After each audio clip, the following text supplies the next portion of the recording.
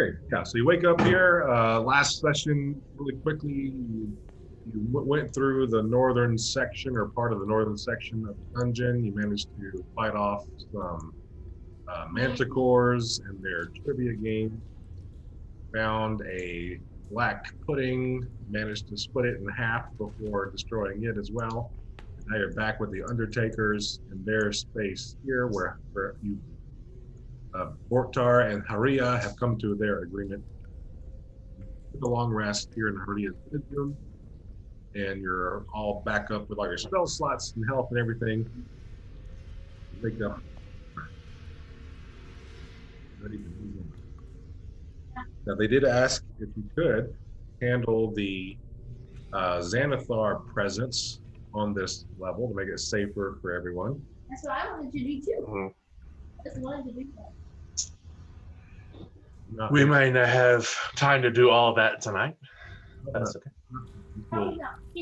Short session here. Fine, Borktar has been keeping watch over your room outside the doorway here, and and they have your refreshments for the beginning of the day. You use some rations, and Borktar is ready to guide you wherever you'd like to go as far as this level of Under Mountain, including taking you to level 2.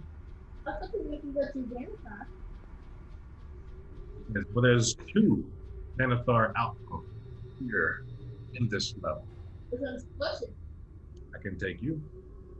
That one to the south mirrors. It is. All right, so there's 2 outposts. Is there one that's like more fortified than the other, or less fortified, or smaller? Well, they both are pretty fortified. They have several bugbears, a small horde of goblins. They're not incredibly tough, but they have a lot of numbers. Okay, do you know a back way to one of them where they might not be as suspecting? That's the thing. I will warn you. So far, I have never been able to sneak close enough to them without them knowing I was there. They always seem to find me, and I think they must have some method of protection amongst their ranks. I'm a pretty stealthy guy. These Undertakers, no offense, guys, I've been able to sneak around this camp without them finding me hardly ever. But with the Xanathar Outposts, they always manage to know exactly where I am. I'm always running from arrows or javelins that are being thrown my way from the shadows. So we can't just sneak in. I do seem to have some method or some way of others. Always find. How do how do other people get by them? Well, if those I've observed, they have their Xanathar symbol. They can flash that symbol. We know what that symbol is, right? Yeah, you've seen it before. It's like this circle with the 8 folks around it. Kind of Right.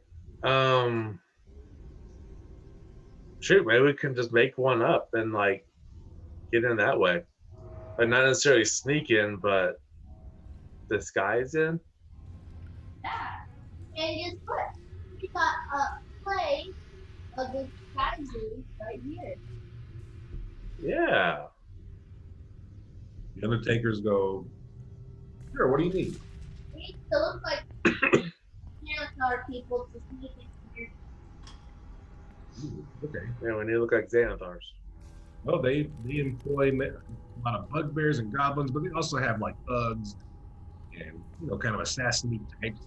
Maybe we can make you look real dark and dirty, and they all start doing their magic. And they get their makeup kits out, All right. guys' kits and things. Like, yeah, let's make you look. Let's get some eyeshadow and make you look all gothic. And they start going around like getting excited about it, pulling out old costumes and stuff. And after a few minutes, you guys look like a bunch of thugs. All right. right. Here goes. And now we need someone. Does any of y'all have any forgery expertise? Where you could forge us a Yep, they do. Have, document to. they do have someone with those ones there.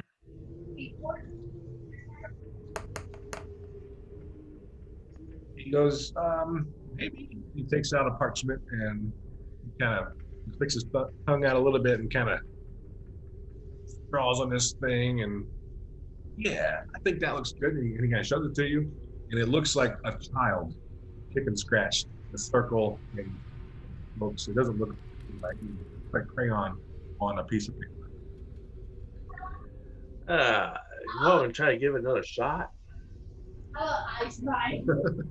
I tried. Whatever. What? Wait, I have presentation. Prestidigitation only goes so far. Yeah, and if they have someone that can scry or whatever, and or any way of magically detecting people, they probably have a way to tell if that's a fake or not. Yeah, he rolled a 1 on his forgery attempt. Oh, I tried. You need to have proficiency in forger's kit. I don't. He Yeah. tried. Not without the proper tools. Can I borrow it? You don't know how. You don't have proficiency with it. You have to train. All that kind Is of- anybody else proficient? This is their forger. He's never seen the Xanathar symbol. Apparently, he's just working off your description and didn't really do a very good job. Well, maybe we can. All right, we'll make do without. All right, Let's go, Borktar. all right, Borktar. He's gonna lead you. Go back this way. Your Draken's got your light on. Get back this way. Back through where the dead undertakers are. You see their bodies have been, well, not pictured here, during the night. Other undertakers came through and kind of piled their bodies up in a corner, and we're going to handle them later. You know, some no heads. You find your way back to the entrance to the undertaker's territory. All right, and you get back to this crossroads. You haven't been the area to the left, but Borktar just immediately turns south. What's over there to the west? Oh, that's Grells. Or a girl. Grells. Rails? Yeah, you don't want to mess with them. They're nasty business. Like how nasty? Like, what do you mean? Well, if you picture like tentacles with beaks, so imagine a brain with tentacles floating through the air with a big giant beak on the front. Right? Continues leading south. Back to the Hall of Pillars here. All right, he says, okay, we have 2 choices. You can go back to the Hall of Mirrors south. That would be kind of coming at them from the front. Or we could go south, go through a tunnel, and come around from the rear. The rear, I would say. Again, I want to warn you, No, let's go through the front. they seem to always know when someone is nearby. Front? If they know anyway, let's go through the front if we're going to be trying to pretend we're them. Why will be coming the back way? You still look like Yeah, you that. still got the disguises on. Exactly. So why would we going to their camp the back way if we look like we're them? Okay, so he comes up here. Walking the road here.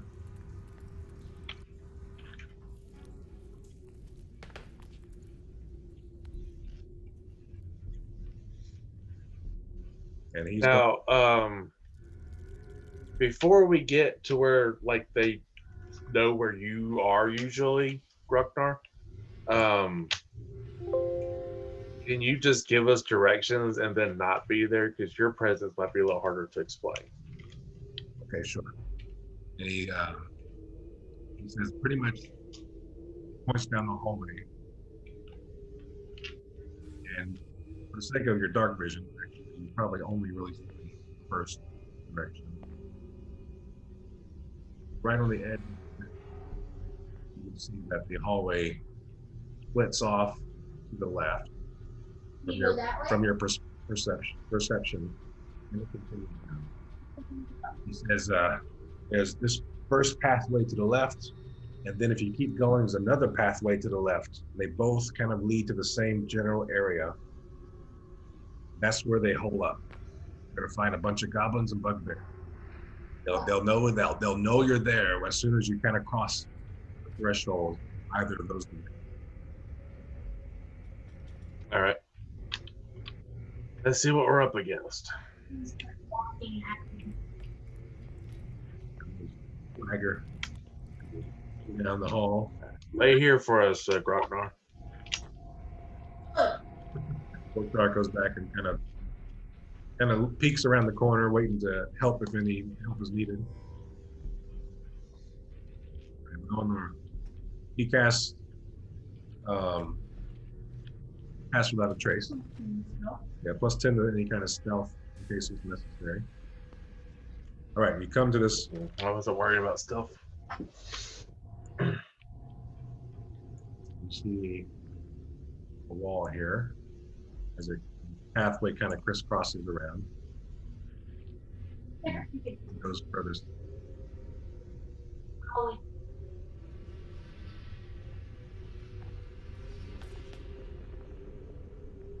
Doors. All right, let's. You find no secret door.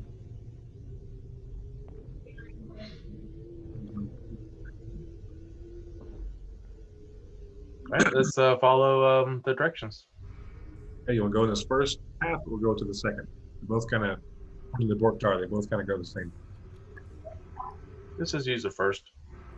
Trying to do like a direct route. You make your way down the hall here. Well, I would.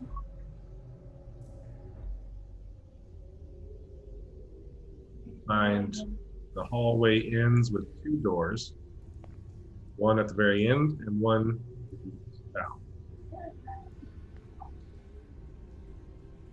Let's go to the one at the end and just open it. Okay. Like I'm not trying to sneak or act all weird or nothing. All right, you open the door. Walking like we own the place, you know? Yeah. And immediately, these goblins turn to face you when you walk in. And the one in front, who's right there in front of you, pulls out a dagger. He goes, "Who are you?" No, actually, he goes,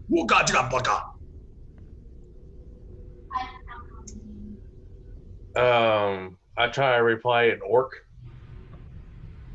Hey, what are you saying for? I say, where's Xanathar? He kind of, you know, speak goblin or just orc? Yeah, orc in common. Show me your papers.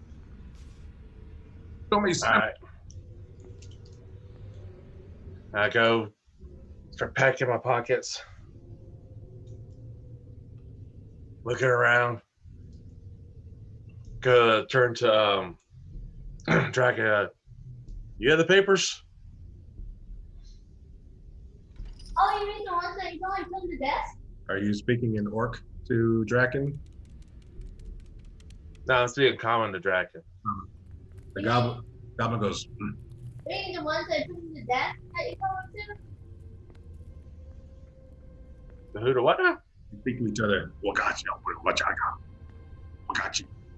No, the papers that show where's Xanathar.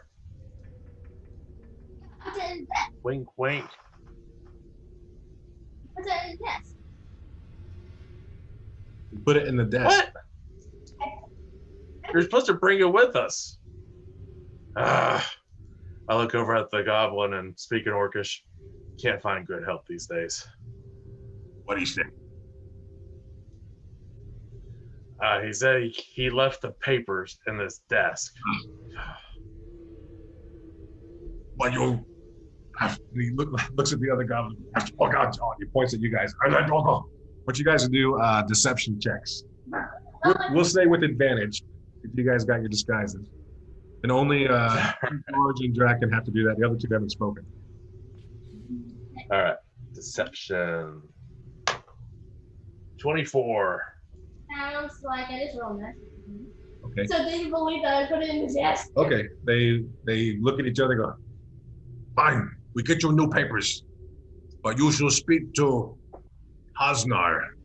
You should speak to Hasnar. Okay.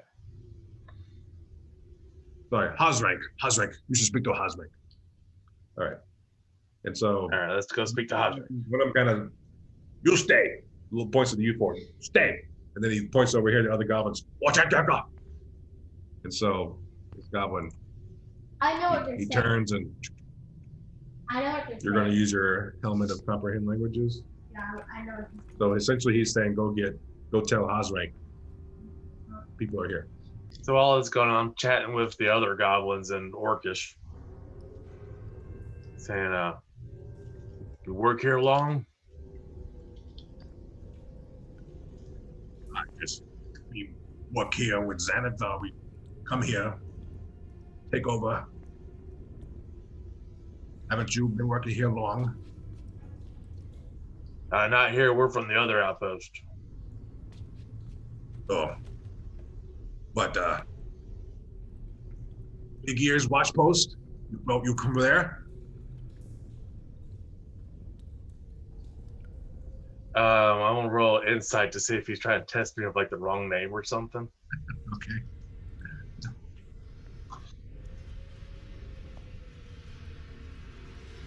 14. He seems like he's bought into whatever you're selling at this point. Oh, then I'm like, that's where it come from. Those guys, bunch of idiots. No offense. Hey, don't take you. See what I'm traveling with, right? You see this bugbear come out. It's coming at you. He's a big burly bugbear coming up at you. What? Oh gosh! Oh, he's talking in goblinoid. And the goblin goes, "They only speak orc. He points to the goblin. What's up, orc? Okay, I translate. The bugbear goes, "What? Check out Boga. I know. Only you know. Everyone else does." I translate. So what you can do though is you can listen to see if the goblin is translating what the bugbear says accurately. So if he ever says anything differently, I'll let you know. The goblin goes, "Okay, Osrank, leader of Warg's Eye Watch Post. You are from Year's Watch Post. Name?" Speaking to George. Gorash. Gorash. Points to the jacket. Name? Talk Dragon. What's your name? He's asking for your name. Because he's speaking Orcish, right? Yeah, he's speaking Orcish. Yeah. So George is now translating to you now. Hey, what's your name? I say, name, come on. You don't know his name? I know his name. I was going to let him answer for you. I say. He's Gondish. Yeah. Don't know why he's not answering. God. I don't care the other two names. All right, fine. That's them. Hosrak. So Hosrak kind of looks at the two of you. He's going to do an insight check.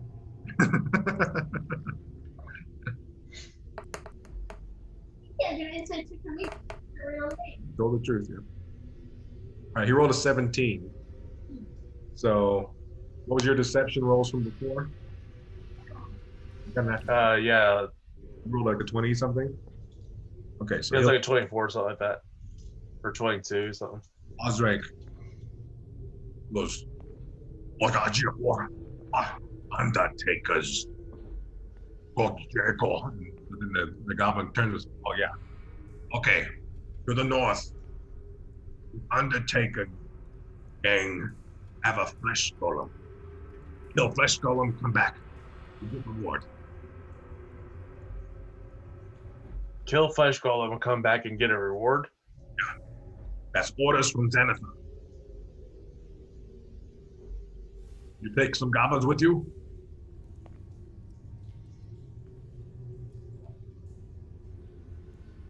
Orders from Xanathar. What kind of reward? We can pay 250 gold plus your usual salary. And it looks at me. What kind of gig? Kind of shrugs. Oswald goes, It barks at him. And Goblin goes, oh, okay. 300 gold.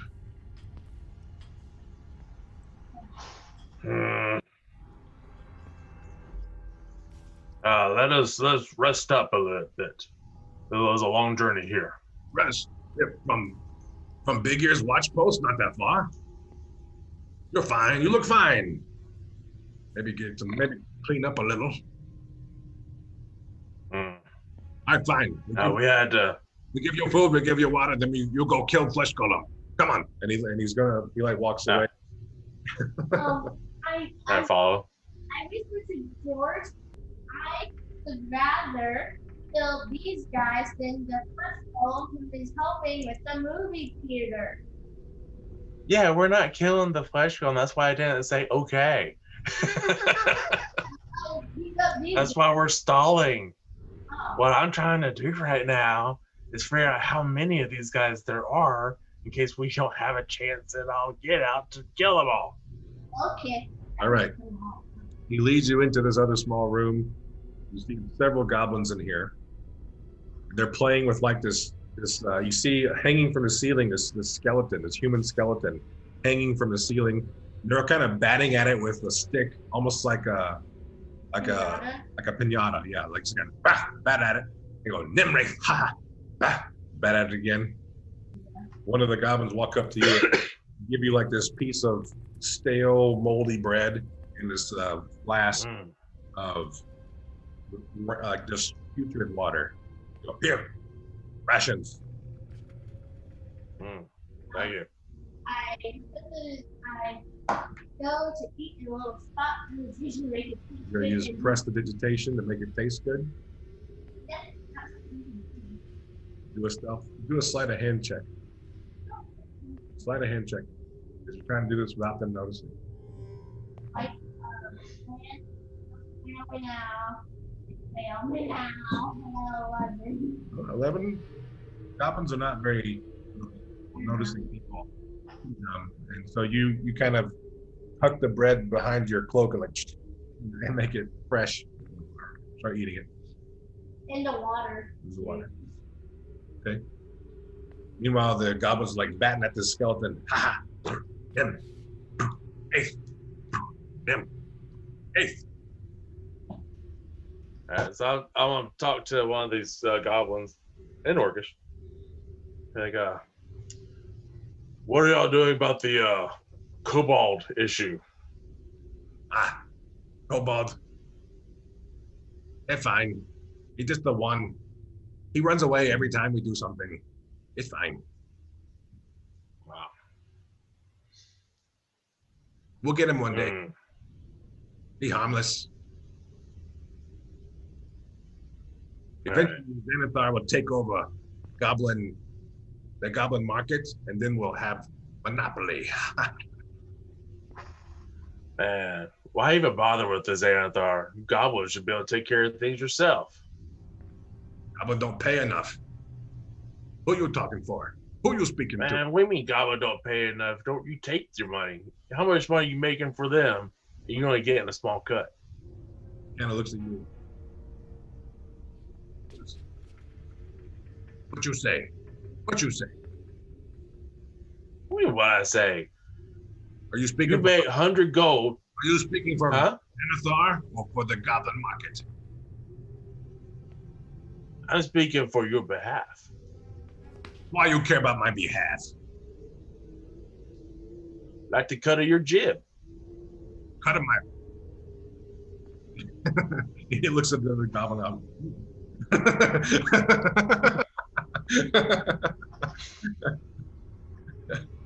Look, all I'm saying is I don't really want to work in a gang where they have you ugly goblins around here. Who you call ugly? Bugbear kind of busts through here. And the goblin goes, like pointing at you. Goblin, the bugbear kind of looks at you. And all the goblins kind of stop doing what they're doing. They all kind of turn to look. What do you say? And the goblin goes, where'd you say you leave papers? Felbranch left them in our desk. What desk? There's no desk at Big Ear's watch post. There is a desk. Hey, look, all I know is that, and I was like gesture with my hammer over here, and then I swing at the bugbear. Sucker punch. All right, we're gonna go for it, huh? Why not? Okay. Roll initiative. Surprise. All right. Yeah. Well, that's not good. 18.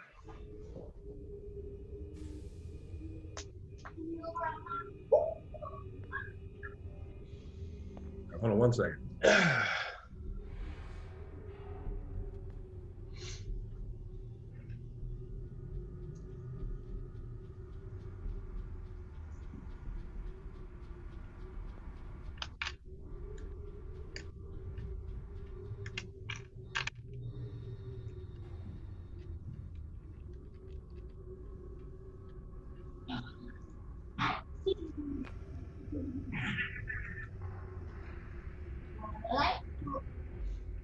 Okay, George, you got 15, is that what you said?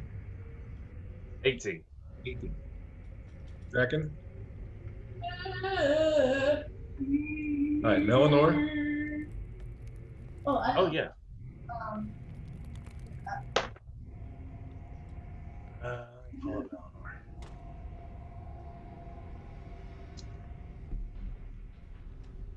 I forgot I'm 2 people on this one.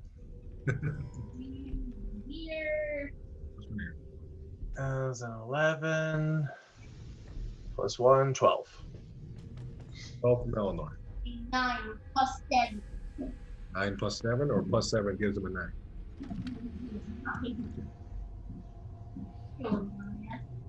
All right, George, you're first anyway, but you get a surprise round. You're hitting the bugbear. Yes. Okay. All right, so is this like a full round or just get like the one action, like the one attack? Full round, we'll say. You can swing before they have a chance to really realize what's going on. Okay. In that case, can I rage first? That's your bonus, yeah. Yeah. Okay. Raging. Raw. Like, well, in the middle, you're talking, this guy. That's your rage, and you go for it. Sounds good to me. All right. And 24 to hit. That hits. All right. So that's going to be a D8. And I'm also going to Divine Smite. All right. Yeah, Divine Smite the bugbear. All right, so that is going to be a 9 regular damage plus 2 for my raging. So that's 11. 21 points of divine damage. Okay. That bugbear doesn't know what hit him. He goes down. He's still kicking? No, he's not kicking. No? He immediately Oh. with a glowing hammer strike. 5 steps over here. Let's back this one.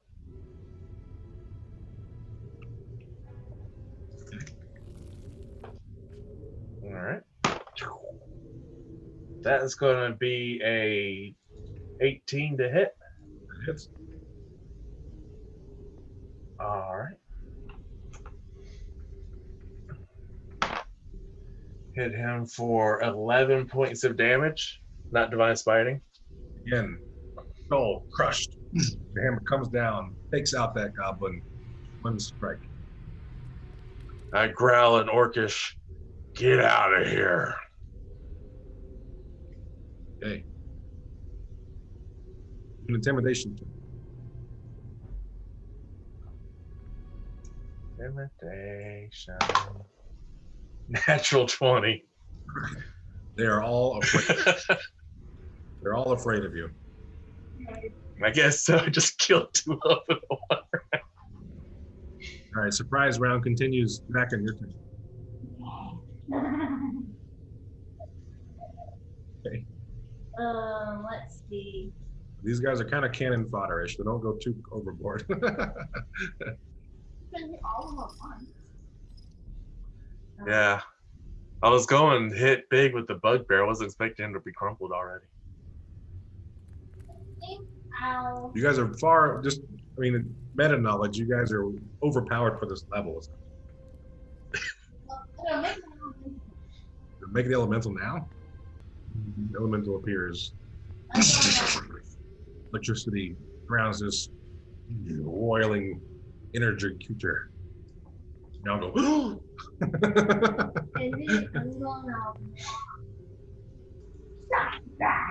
Right, you reach out and.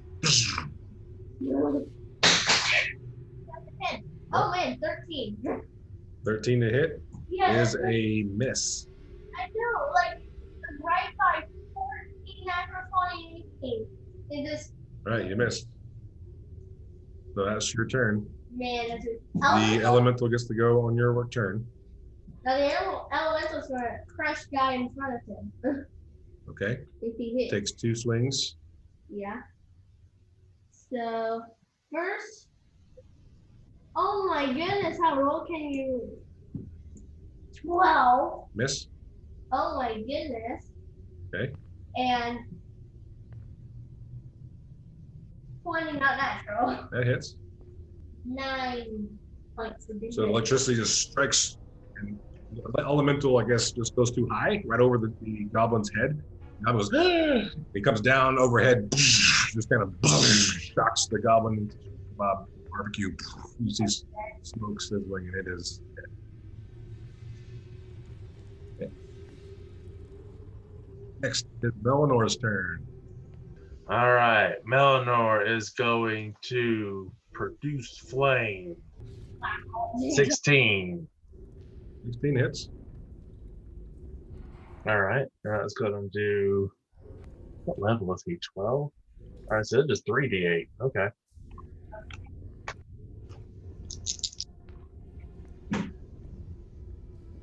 And 13 points of damage.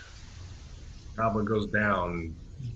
There's a flame, and this burns, and Melannor goes. And lastly, All right. if there's any other action? Well, that was his main action. So that's a cantrip, though. So for his bonus action, he's going to do it again. Sure. That is a 22 to hit. Okay. Let's go for this one in the corner. Sure. 13 points of damage. It also goes up immediately. All right, that's his turn. Right. Next, it's Renaer's turn. Ooh, I'm not even giving these guys a chance to run away. Renaer is going to check on it bugbear. Okay. That one. Oh my goodness, 15. 15 hits.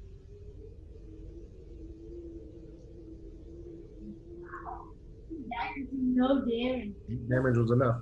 And he just stabs the goblin right in the throat. Blood pouring down, and it comes down. How come mine In a didn't heap. die when it did? It did die. Prize round is over. George, you're at the top. All right. Go first. Act. All right.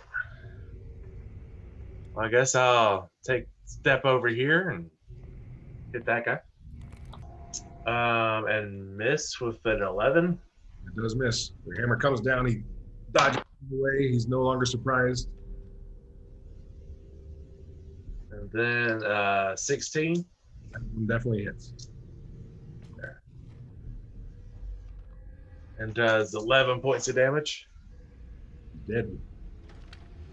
Smash it. Actually, it does 13 points of damage. I'm still raging. It's like All right. like a whack-a-mole game. You're just smashing them as you go. You're walking through this area. Walk over here. And I am going to hit him with my shield. Okay. And shove him into the wall. All right, so it's a strength contest. I'm pretty sure there will be no contest. So I rolled poorly. I rolled kind of poorly. 10. Got an 8. Smashes it. 1d6 of damage. He takes 3 damage. He's still alive. That's my turn. Right. Now, from behind Renaer, where the bugbear was laying on the ground, Renaer hears this sickening kind of cracking noise as he kind of turns to look as the bugbear's head explodes. Explodes? What is that? His head explodes?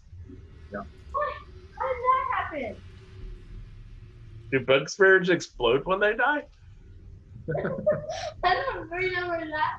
And an intellect devourer pops up out from Oh, these guys. intellect devourer pops out of the bugbear's But brain. you eat his brain. He apparently had done so to the bugbear. Wait, didn't you say when I hit him, I crushed his head in?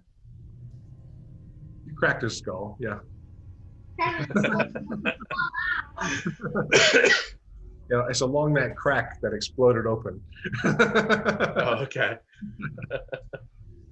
So Renaer, Oh, I need he you to died. make a intelligence saving throw. Did he just die? No, let's make an intelligence saving throw and find out. 17? All right, pass. Die. So as the intellect devourer faces Renaer, Renaer recoils in horror as this little brain with legs kind of like emanates this attack, psychic attack against Renaer, but Renaer manages to fight it off. Seeing that it didn't work, is going to come up behind Melannor Oh, and do an attack. Melannor died. How was it? Natural 20 against Melannor. He died. All right. Does 6 slashing damage with his little claws as it kind of jumps on Melanor's back and kind of bats at it, the back of Melanor's head, doing Is that with the critical damage? oh, no, you're right. So it's 10 slashing damage against Melannor. All right. Ten. Wouldn't Renaer have gotten an attack of opportunity as he moved away to Melannor? Yeah, we can do that. Renaer can take a swing. Does a 27 work? 27 hits. Does it work? It is still alive, but it does take. All right, Draken. All right. So if it's still alive, it was still done the attack then. That time with the 2 rare frosts, kind of strikes it on Melanor's back and kind of knocks it off his back onto the ground. This little frozen body of a brain, like a brain that's been kept in cold storage at a morgue, and it is. Talk about brain freeze. Yeah, bad case of brain freeze. Yep. All right. So bad. Die. It is now the elemental's turn. Elemental is going to Go get the goblin up here. Like, this one's gonna Here. start heading its way up there. How far can it go? Or, All right, that's how far it goes. oh, you hit it. Go for it. Nice. I was unexpected. So this goblin kind of reacting to the noise, but hasn't really gone yet. And all of a sudden, through both doors, this elemental lightning element just crashes through the wood and splinters the wood all over. It goes right in his face, surprising the goblin. And rolling at 12. Well, this is Elemental is horrible at all.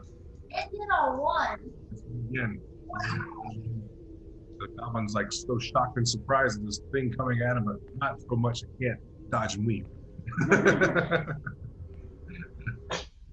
my goodness. All right. Ridiculous. Next to act is Melannor.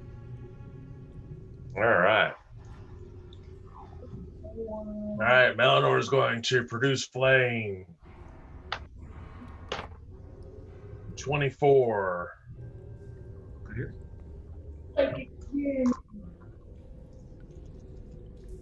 Yeah, he's gonna do 10 points of damage against this one. Yeah. That one dead. All right. Then he can produce flame again against this one. 18. 18 hits. That hanging skeleton. 18 points of damage. He's dead too. All right. Through these things. Like, joy. All right, that's his turn. Renaer, do a perception check for me.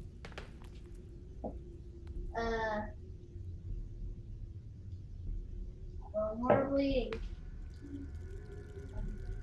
You hear noises coming from this door to the south. Bringing bust open. Footsteps approaching.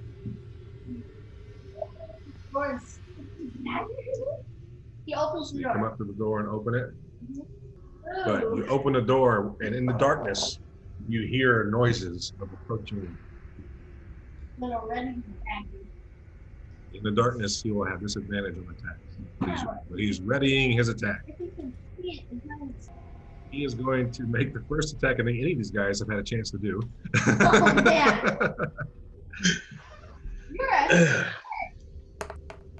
He's going to roll 10 to hit. He's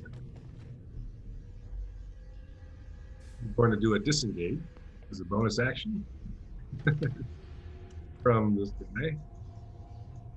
And he's going to start hightail it in. Oh, wait, no, this is He gets that far. We're approaching from the south. Renaer calls out, "We got more this way!" more. They're not there yet. Next act in the door. As this door has been thrown open and you see the goblin rushing in from your perspective. All right. I'll go up there and smack him. So you go through the door, you find him Arr. coming down the hallway. Raging. Raging is fun. Let me get to my character sheet. See what I even did. Raging, 23 to hit for 7 points of damage. That's enough. You only have 7 health. All right. This thing goes down. All right. So that was what? 10 feet. So 10, 20 feet. Yes, I'll go over here now.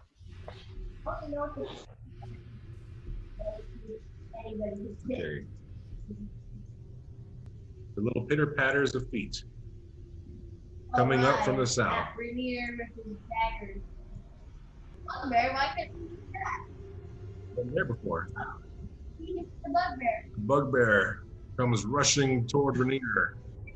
These creatures are all just making their way up here. This goblin now moves to strike at Renaer.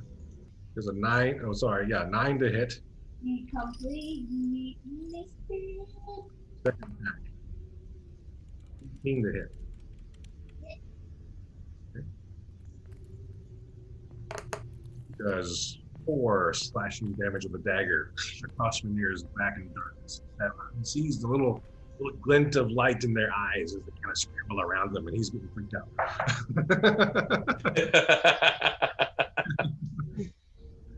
All right, the next goblin rushes up from the darkness, coming up on Renaer. He does his slashing attack with his dagger. 17 to hit.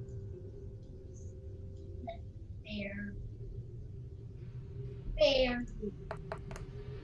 All right, he does 7 points of damage, and Renaer needs to do a Constitution saving throw. Poison. 19. All right, he manages to avoid being poisoned, but he still takes 5 poison damage. Now, Draken, it's your turn. I'm running over there. Charge! Your life-giving light, you shine into this hallway so Renaer can see the danger he's in, and you can do what now? I'm going to speak a goblin with a ring, Okay. which I have been on horribly. 11 Yes, and 24. 24 hits. Anyway, horrible damage. 11 damage. Goblin goes flying from the frost damage. Gets thrown across the room and dies from this blast of icy energy. All right, elemental.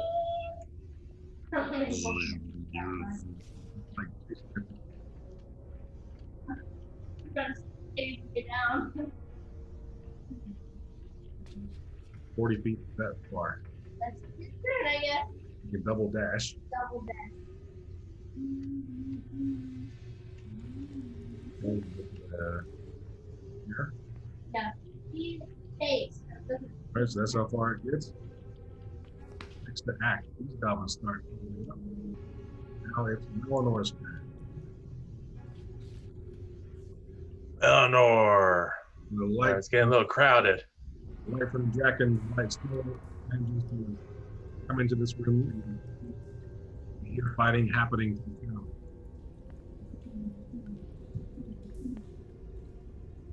All right. Kind of a crowded hallway. So Melannor is gonna go to here. Okay. And don't really have a clear shot. You can have disadvantage. Can he still? You can shoot with disadvantage. With the flying? Yeah. Yeah? Okay. You go try it. All right, produce flying. Here's head. Hmm? I'm try and lob it over Renaer's head with disadvantage. Then you're gonna go. Let me see what else I got here real quick.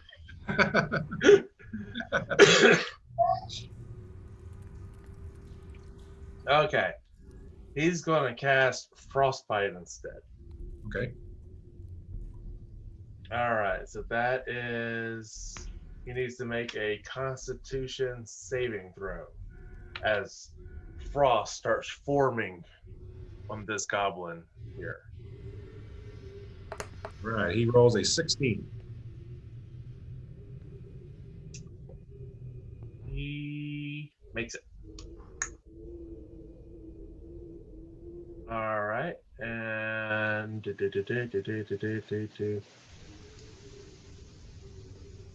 right, he's gonna do it again. Okay. 14. Still makes it. Okay, that's it. All right. Next is the Bugbear's turn. Bugbear Take a swing at Renaer right there in front of him. Rolls a 24 to hit. And Big club. He does 8 points of bludgeoning damage for his first strike. Second swing, natural 20. For his second swing, he does 14 damage. It comes coming down on Renaer's head, cracking him across the skull with a large mace. Renaer's turn. Jerry did. You can beat up. Renaer looks at that and stabs him in the head, and now he's trying to stab him in Against the bugbear. He does not hit the bugbear. Oh, what? You get plus 10 to hit, don't you? I know, now it's got 5. You can disengage and get out of there if you want. It's not just me rolling bad with Renaer. Renaer rigs. Renaer himself is cursed. Renaer, next time I'm gonna do something else for my. Would you like Renaer to disengage and move? Yes. Where's he going? I'm gonna move out of the way. This goblin up here, down here, is going to come up. And his buddies.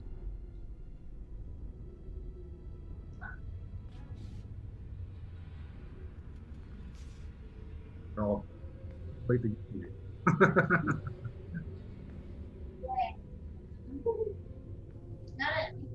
Anybody have any area of effect spells? All right, this goblin is going to disengage from the elemental and rush Draken.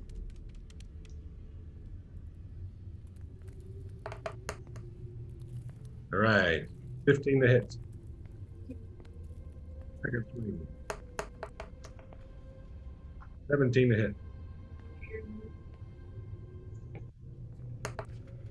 All right, that's 9 points of damage. Constitution saving throw. That's a lot. All right, you don't get poisoned, but you do take poison damage, which is 1. 1 poison damage. One. So George, you're next. Yay. All right. Still in this rage. Go 5, 10, 15, 20. Hit him. Okay. All right. So that's 19. That hits. For switch George. 4 plus 2. So 6. 9 points of damage. That's enough. The goblin goes down. All right. Yeah, he's just cracking these Get out of my way. Move. That should be the rest of my 5, 10, 15, 20, 25, 30. Yeah, sit there. Okay. And smack that bugbear. Go for it. 18. That hits. And then 13 points of damage. 13 points of damage.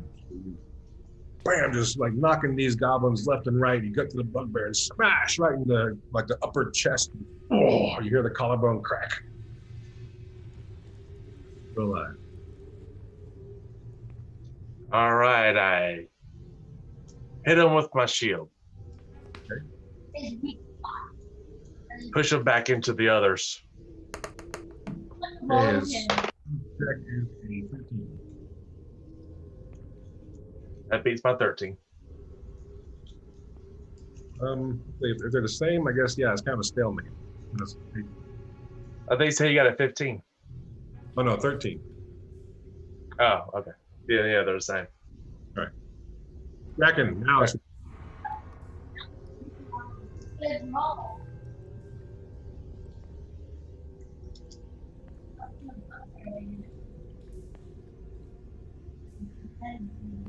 Shock them again.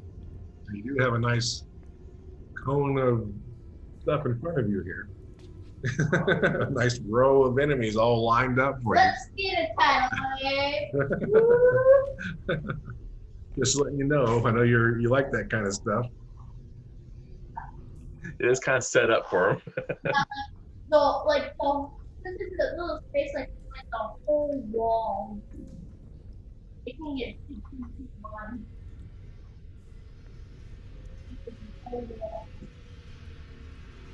Right. So you're just gonna get all these guys. So it's getting them all. This is 10 feet wide, this space, this hallway. So what do they got to do? Right, Bugbear. He gets a 6. How are they going to do a text save? There's nowhere to go. Yeah. Number 1. Wait, I would like to. Natural 1. I actually do. Yeah, I know it is. Natural 20 for the second one. I know, but another natural 1. The third one. Fourth goblin. A 15. Okay, So the 2 natural 1s get full damage. So everything except the bugbear dies.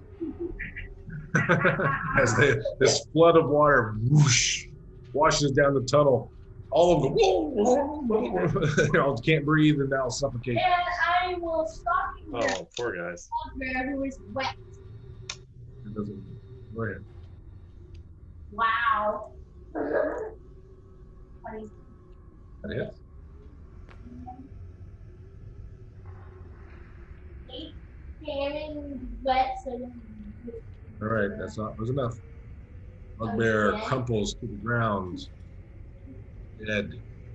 And his head immediately explodes. I jump out. I knew that was going to happen. Can I jump back?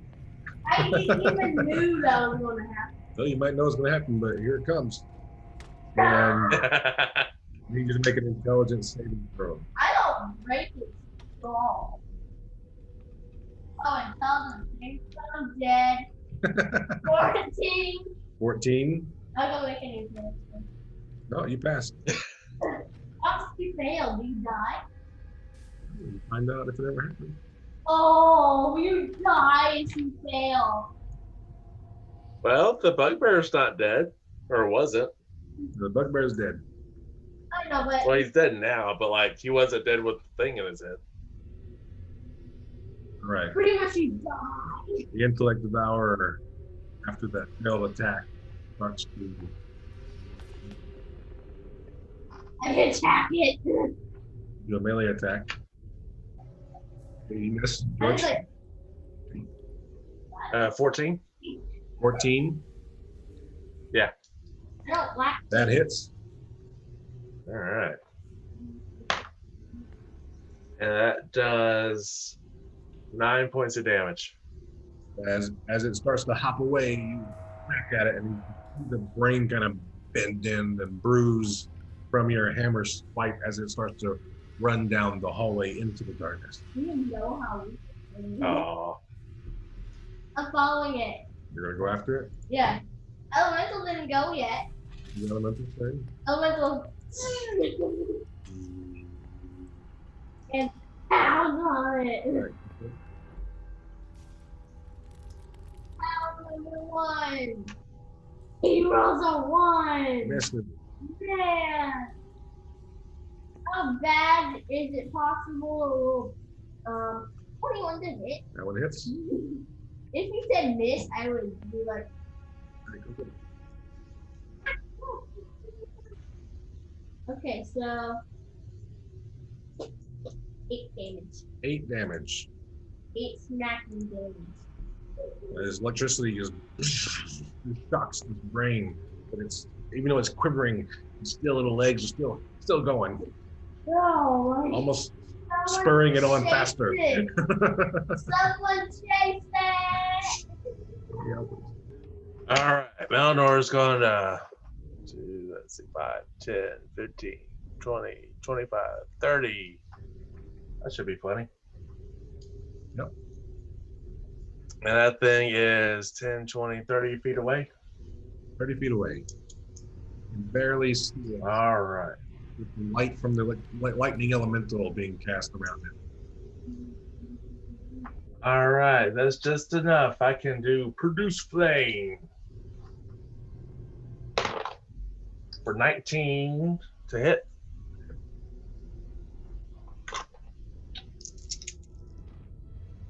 And that does 21 points of damage. Yeah, that's enough. He lobs a little fireball down the hallway, makes contact with brain, explodes in a fiery little fireball. Brain matter splattering against the wall, being sizzled against the lightning elemental like mosquitoes in a little mosquito trap. His brain matter fries and evaporates. You have the best descriptions. That's one thing I always feel like I fail at what I do is I don't have the good description. Combat has completed. You have cleared out the Warg's Eye Xanathar watch post.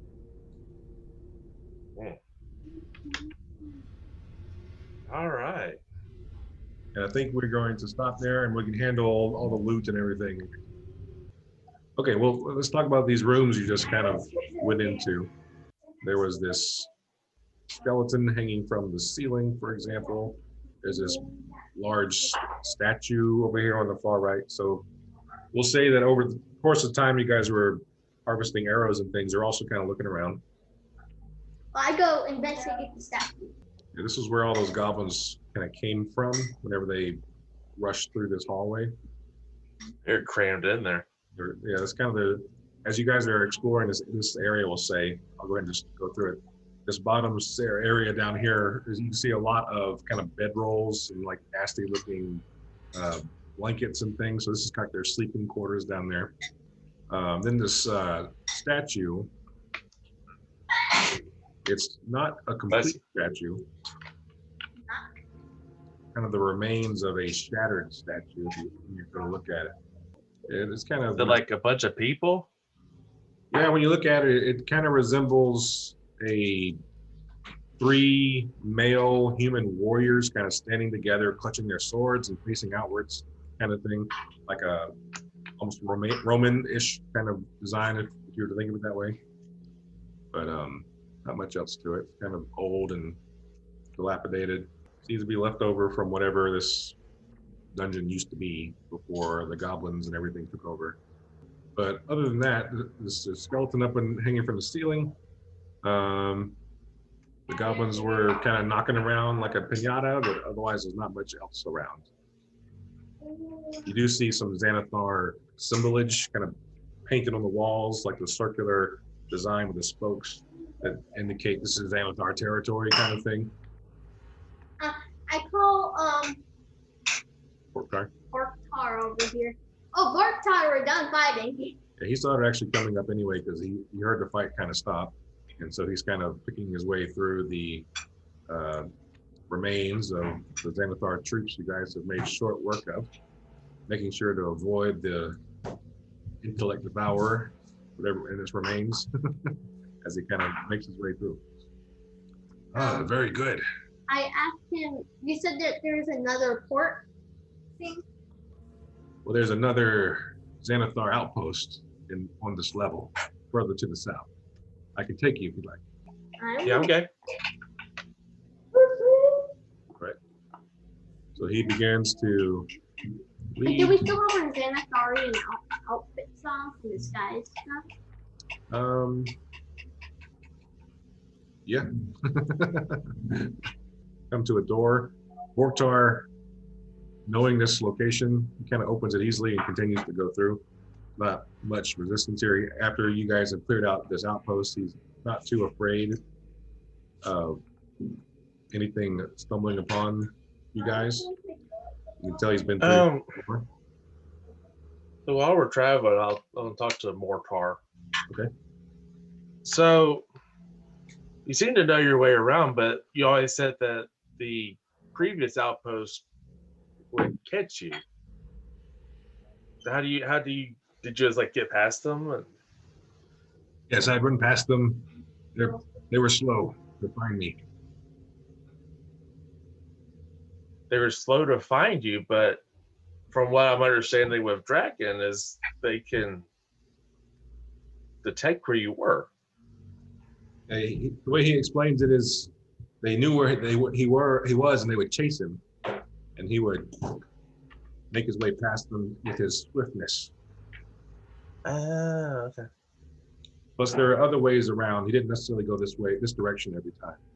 He was able to circumvent the area. Okay. So did this outpost, could they also sense you every now and then, like when you came by here? He didn't go to the south one that much, but whenever he did get scooped too close, they would sense them here. So you can surmise from that they have intellect devourers in their ranks as well. I would say. I wonder if I should go in alone, catch him by surprise. Is that a body? Yeah, you do see a skeleton hanging on the wall. Again, Borktar just kind of runs past. We're gonna find that creature. Yeah, that creature that you felt is down there. I say there is a. You don't feel it anymore. You can see it on the map, obviously, but you don't necessarily feel it anymore. Well, I think. Well, at least I used to felt a creature down here. Yeah, you're getting closer to that sense that you felt. Obviously, with the meta knowledge that in the map there is. Okay, Borktar, having heard your warning, Joey, Borktar's going to stop because he was about to go open his door without thinking about anything. But he stops now, and he will back up and let you guys take the lead. Let's go up and see if we hear anything. All right, you do your perception check. That is going to be 18. You can hear faintly, since you rolled as high as you did, faintly you can hear kind of a heavy footsteps. But they're faint. They're still a distance away of a good, you would guesstimate, say 50 feet or so. 60 to 70 feet maybe. All right. Let's have Renaer check the door. 14. Yeah, no traps. Renaer kind of opens the large, heavy door. It's 10-foot tall ceilings arched above you, cobwebs, but overall dark and empty. Only the light from Draken's staff is lighting the way. Your dark vision, again, still half of what you are used to. The elemental And nerfed. jitters and jerks behind you as you travel down the hallway. As you approach this last door here, you do hear those loud pounding footsteps much clearer. They're more loud and Does it sound like when that troll went by? No, it sounds different. It doesn't sound like bare feet. It sounds like metallic, like armored boots. All right. Same things. Let's listen at this. Well, you said we heard the door, the footsteps. So let's go ahead. It's loud enough. Let's go ahead and Renaer just check the door and not open it. Okay. He checks the door. Needs to do an investigation check, Joey. Natural 20. Natural 20.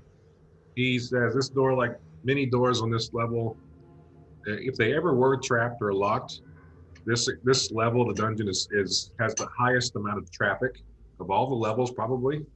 And with adventurers and Xanathar members and so on, most of these doors appear to not be trapped or locked these days unless they're being used for something. But this door also seems to follow that trend of not being trapped. It's not locked. It's ready to be opened. Yeah, and then the one time we don't check for traps, that's when there's a trap. That's what I'm setting you up. Can't get lazy. That's what I'm trying to set you up for. I want you to. Yeah, we gotta stay vigilant. Keep in practice. I want you to get rusty checking for traps. All right, is there a keyhole or anything where you can kind of peek in? You could creep open the door slightly if you want to do like a stealth check to see if you notice. All right, yeah, I'll creep it open. All right. Stealth.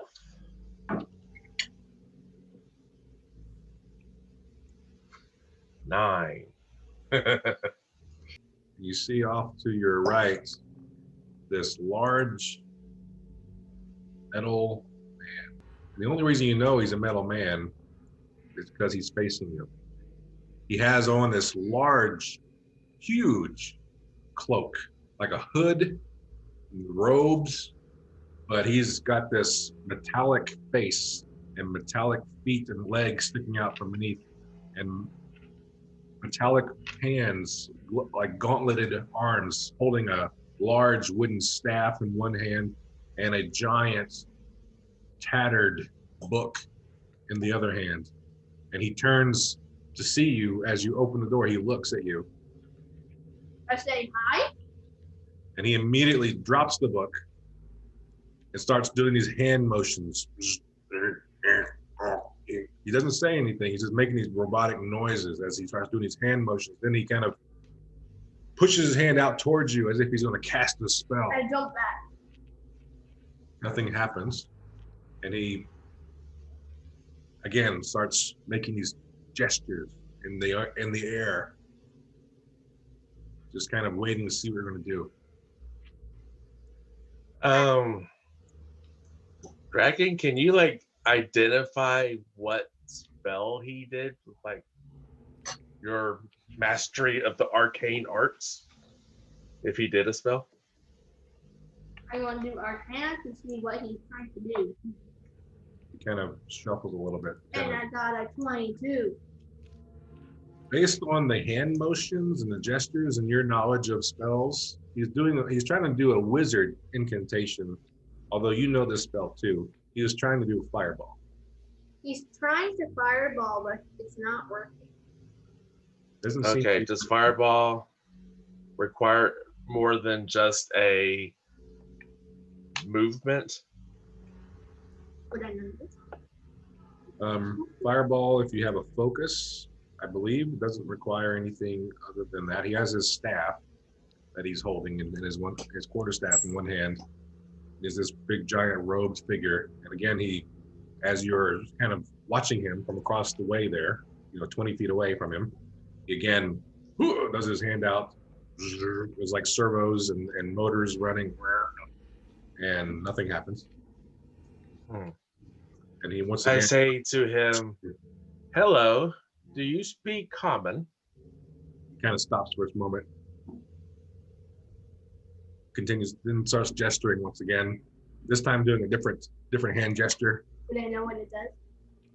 You can do another Arcana check. I want to know if he's going to do anything real or 11. 11. You're not sure what this one is. And he again kind of, and if nothing seems to happen, and he starts to get a little, you can tell it kind of starts doing the motions again, very mechanically. It has like this pause whenever it kind of expects something. Nothing happens. It kind of pauses again. And can I help you? Do you require assistance? Yeah. At this point, it turns and busts through this door, closing it behind him and running off into the shed. All right, open the door. You're too far away. I'm running open it. Well, that was weird. Into the darkness. I'm shaking. Well, so you move 25 feet, and you open the door. You don't see anybody. The tunnel branches to the south and to the east and to the darkness. Well, he didn't pick up his spellbook again. Yeah, that's true. He did drop his spellbook on the ground. I look and what's it? The spellbook is empty. Well, that's why. Like this tattered book. All the pages are blank. They're like frayed edges. It looks like it's been burned in some places, and the book itself apparently was salvaged somewhere in this creature's travels.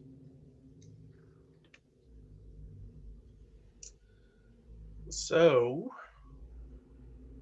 is it possible for someone's intellect to be put inside a construct? So he seemed to think he was a wizard. He seemed to have some sort of thinking that he was casting something. Mortar goes, I've never seen such a creature in my life. What's the statue? All right. So, well, what's the book, first off? I mean, you said it's blank. What does it look like? It looks like a large, I say large, I mean like an encyclopedia size. You Like would a tome.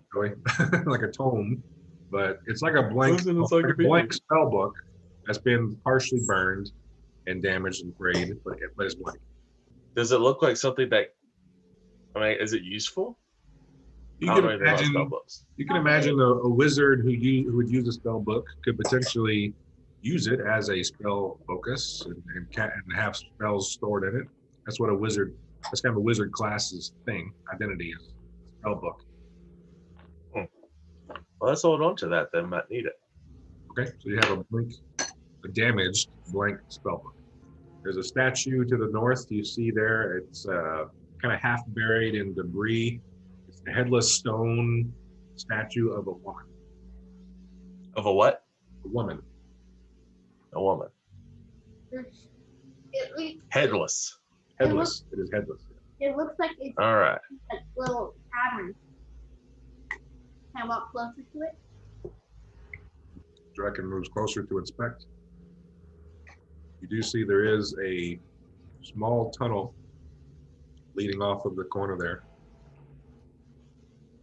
The stone slabbed room kind of ends into the more natural cave formation that then branches off into a path leading north.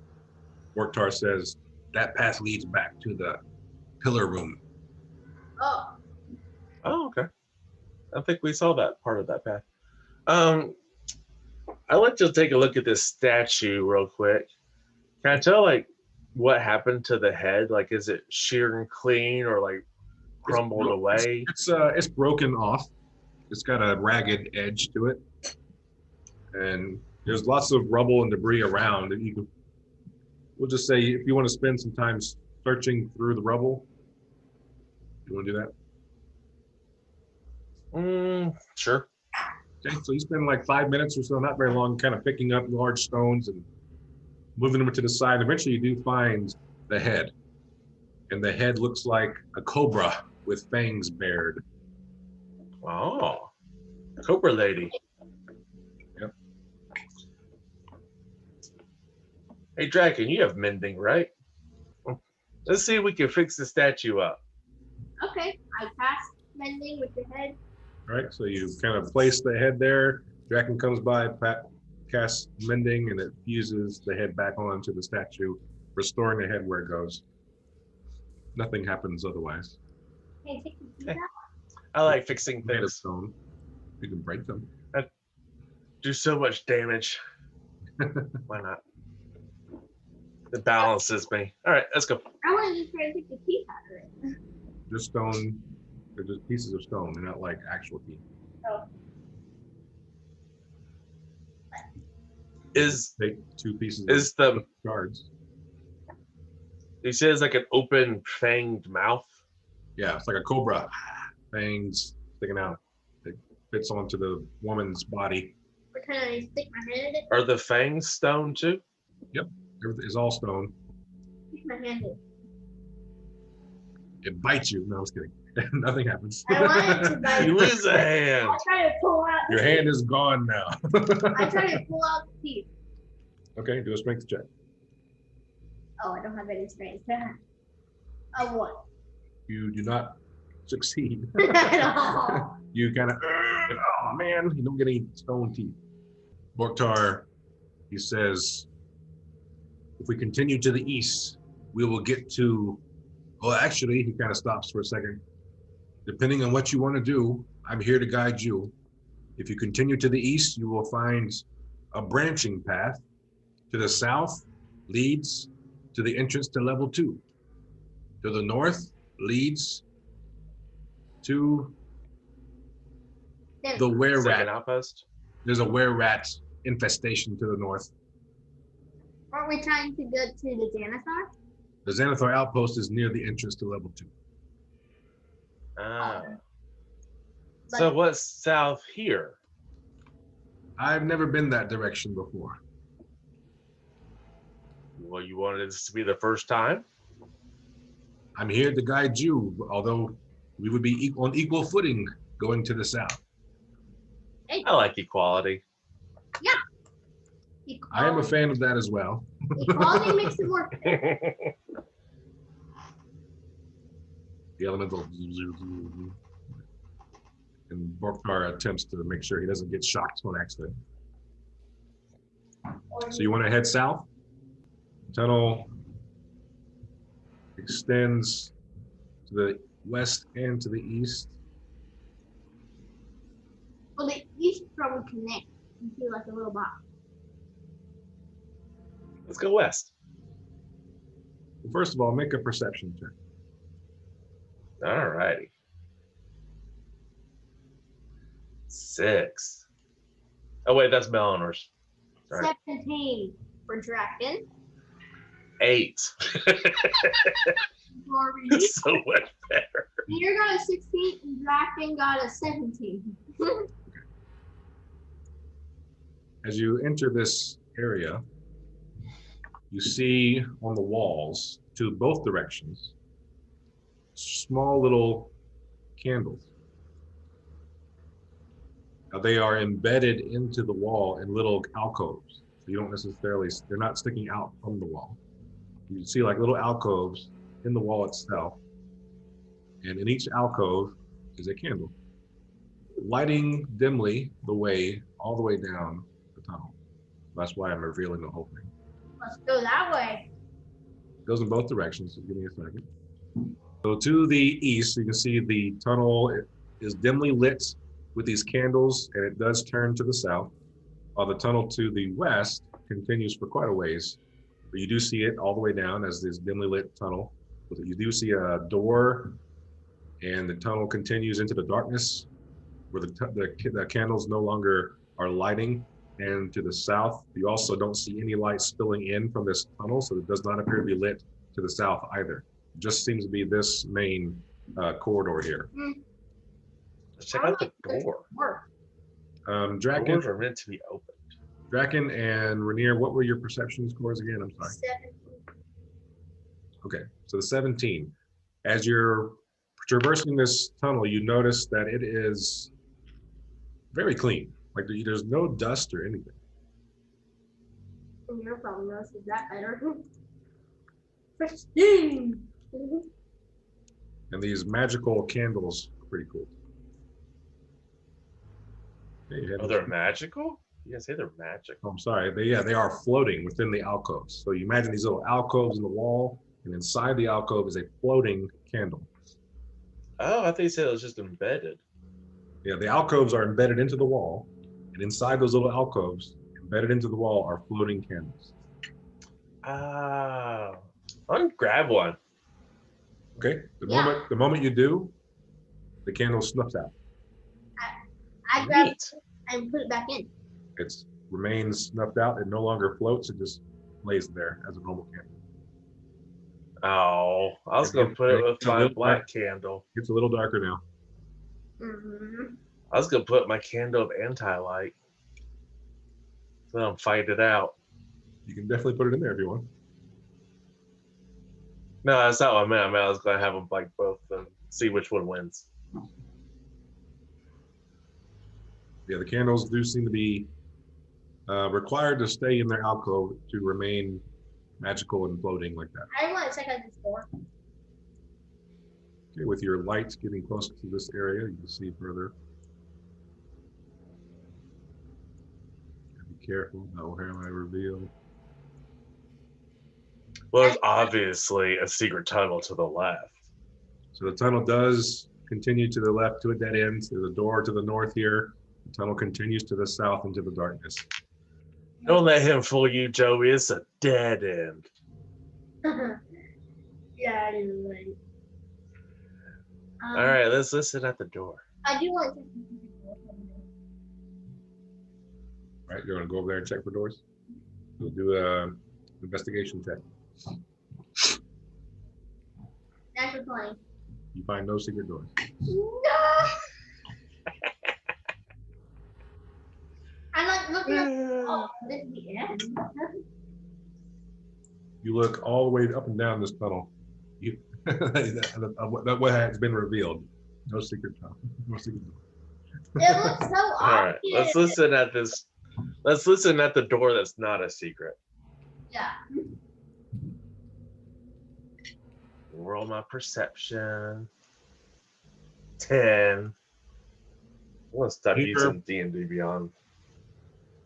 Well, You hear what sounds like faint music, and Ooh, it actually sounds familiar. The tune. open for the bed. Is it tavern music? I bit my tongue again. Turn on tavern music.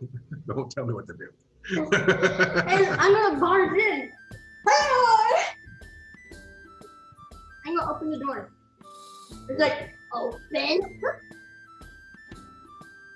As you open the door, you see what appears to be. You open the door right into Troll Skull Tavern. You see 3 strings playing his music. You see Rum at the counter, and he looks up in surprise. Rum? Yeah, surprise. You see Rum? Rum there. He's like, "Oh, you've come back." What do you mean? This You can hear. What? You see other patrons there at the tavern. Yes, I know what do you mean? This is undermounted. You've been gone for so long. We've been missing you, wondering where you are. It's under. Are you supposed to be in undermounted? You see a spectral hand pick up a mug and bring it towards you across the room. Oh, this is the illusion. I mean, Arcana. I take the mug anyway. As your hand reaches toward the mug, the music stops. The illusion fades. It's now just an empty 10-foot by 10-foot square, and you hear laughter echoing down the hallway. Well, I kind of go into the room. Sure. Yeah, I still want to go into the room. You go in. It's just an empty stone room. Once, check with secret doors. Sure. Investigation check. Or I'm gonna use a secret door thing. There has to. One of secret. Hey, you charge. Boom. No secret doors. What? Well, that was weird. It's a weird place. All right, let's go south. Yeah. Renaer goes, "That was creepy." What, did you see it too? Yeah, they all saw it. Borgtar goes, "They seem to know you. Oh, that's where we live. It looks like a nice Yeah, but that guy's been missing for years now. It has been years, right? Like 2 years? Not plural years. Maybe like half a year. Oh, I thought it was like 2 years from the last campaign. It's been like 1 year since the last campaign. Okay. All right, you're going south. Oh, that is long. Yeah, this tunnel continues quite a ways. This tunnel continues at kind of an uncomfortable distance. Yeah. Borgtar is starting to say, perhaps we should think about going back. Because We've only been like 40 feet. the darkness continues. It More seems like 400. up until you into It continues for 3 more feet. it does turn. Let's turn. You've gone, let's see, 10, 20, 30, 40, 50, 60, 70, 80, 90 feet down this path. All right. So what's 30 feet to the right? Yeah, let me get a marching order, actually. Who's in front? Not me. Hey, let's turn around. You're You're getting marching orders. Renaer would be in front. Renaer's in front, the NPC. Interesting. Well, Renaer and George. The rogue that can take for traps. Yeah. Then Me and Elemental. So far, I haven't heard anybody ask about checking for traps or anything. Oh. Renaer is always checking for traps constantly. Roll a perception check for Renaer, please. Yes, this will be true for now on. From now on. 16. 16. As you're about to round the corner, Renaer puts out a hand, George, and stops you and catches you before you move on. And he says to everyone, back away and back away now. I start running. I need everyone to roll initiative. Wait, what? Initiative, we're backing away. I know. See how fast you go before anybody reacts. 15 is me, with 26 is Renaer. I would 19 and 13 for Melannor. You all managed to beat the initiative of whatever it is Renaer saw. I asked him, what did you say? Renaer goes, there's news, gotta go, there's news. Ooze? An ooze. Oh, we fought oozes before. Yeah, why can't we find an ooze? So what appears to have been a almost invisible sheet of, looks almost like a little shimmering appears in front of you as Renaer puts his hand out to stop you from moving. And you just see in front of you this little slight motion of the air. And you recognize it as being relatively liquid in its appearance and viscous. As the gelatinous cube, whenever it is not moving, appears almost invisible. And we can disintegrate you. And as you guys are backing out, you hear this kind of noise, and it is kind of moving forward a square at a time, heading down this hallway that you're all running from him. Well, that's Melannor casts Wall of Stone. Okay, so a wall of stone appears behind you, blocking the path as you all continue back the way you came. Yeah, the gelatinous cube has relatively slow movement, 15 feet of movement at a time. So as long as you all acted before it did, you were all able to avoid any difficulty. Well, it has a -4 dexterity, so the initiative was relatively low. Oh.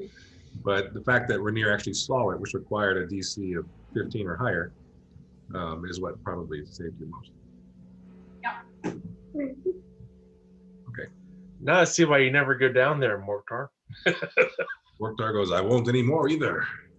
All right, you want to go back to what? All right. Yeah. Just say, for the sake of expediency, you're back to the fork in the road where you came down. Let's go to the Xanathar. That's back to the north. No, sorry. Yeah, back to the north. Yes. No? Well, you don't want to see what's to the east? Okay, we can go eat. Let's go eat. Or what are the chances there's 2 cubes? What are the chances? What are the And Melannor makes the comment as you're walking down the path here. Guess that explains how this place kept so clean. Is this hall clean too? It is. All these halls are clean down here. Oh.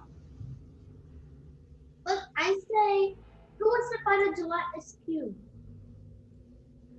Well, let's go. This path We outrun them. This path continues to be lit by candles and alcoves. I'll go ahead and reveal it as we go.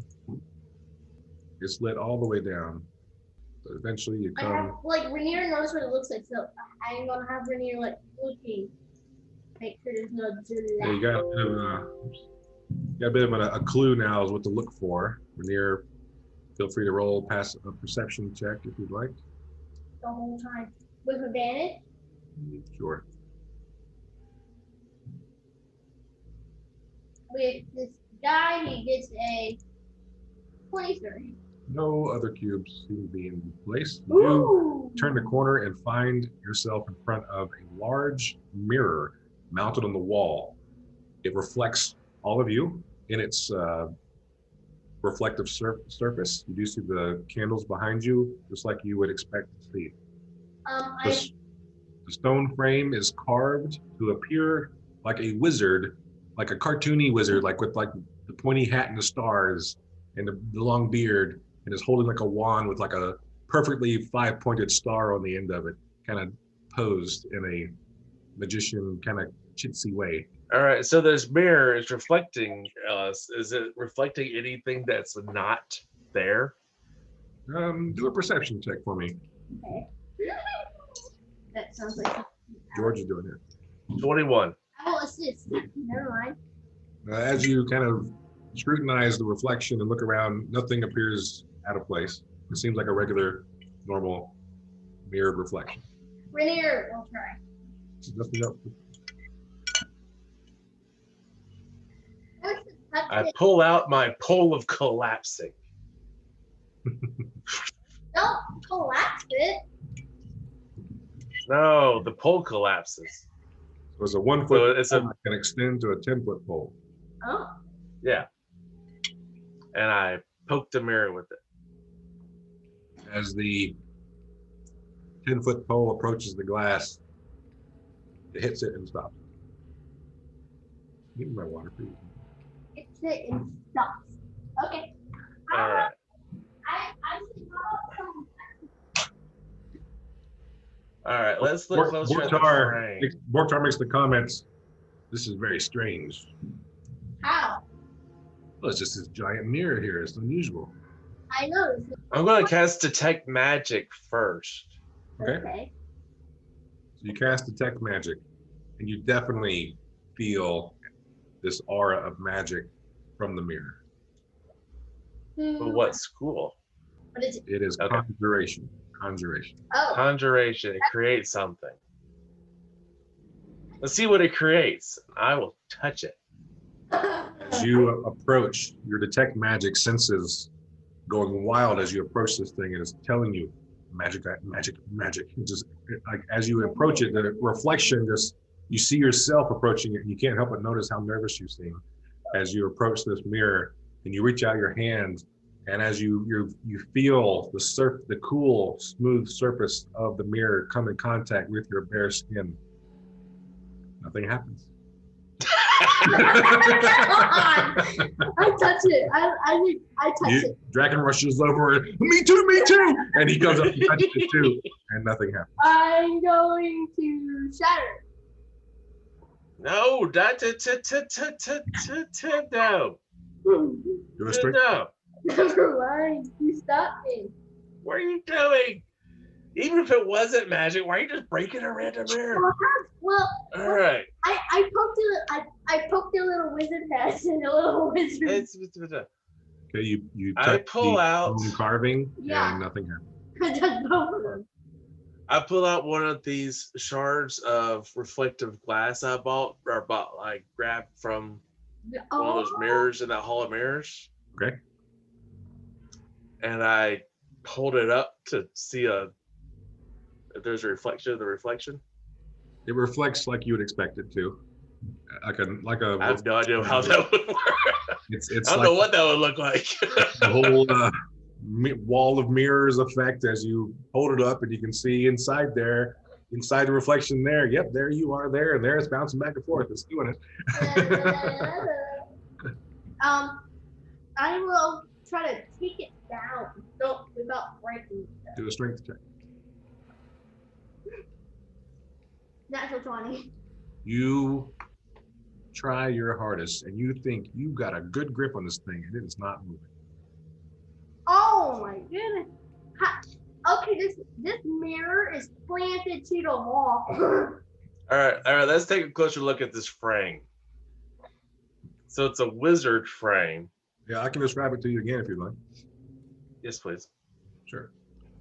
So mounted on the wall, it's a mirror whose stone frame is carved in the likeness of a wizard wielding a wand. And the style of it is kind of very cartoony and cliche with like the big pointy hat, like Merlin, and the stars and such. And the magic wand, he's kind of holding it out. And at the tip of the magic wand is a little 5-pointed star, very, very childlike and cartoonish. I hold up my lightning wand to say what he told me. Your lightning wand? Oh, it has to be. Oh, it has to be one with a little star on top.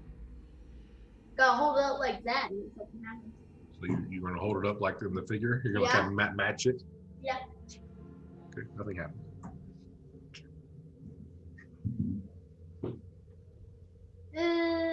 Now, is the glass magic or is the frame magic or both? You got the impression from your detect magic spell that the whole thing is magic.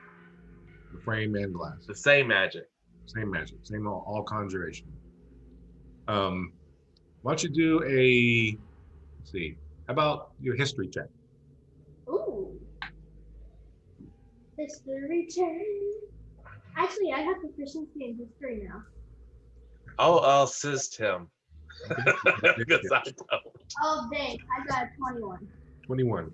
Draken, you seem to recall in your time here at Waterdeep, and when people talk about Undermountain, you've heard stories. You've visited the Yawning Portal enough to hear adventurers talk about their experiences. And one of the features of Undermountain that does crop up every now and then are these magic gates.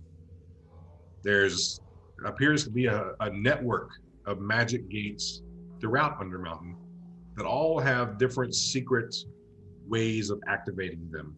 And as you guys have been fumbling around with this mirror, you can't help but think that maybe this is one of those gates that has some sort of magical, arcane, secret trigger that you just don't know what it is yet. I put a little, I prestidigitation to make it look like a little star on top of my lightning. So you prestidigitate this like star image on the tip of your wand, and you kind of wave it around and you pose the same way. It looks just like that cartoony little 5-pointed star on the end of your wand of lightning bolts, is that what it is? But nothing happens. Do I have to use the third wand? Borktar goes, how long should we fumble with this before we move on? Well, it's definitely a magic gateway, but I actually would like. I hit it. With what? Swing my hammer at it. Okay, do an attack roll. My hammer. And it's a stationary object, so you have advantage.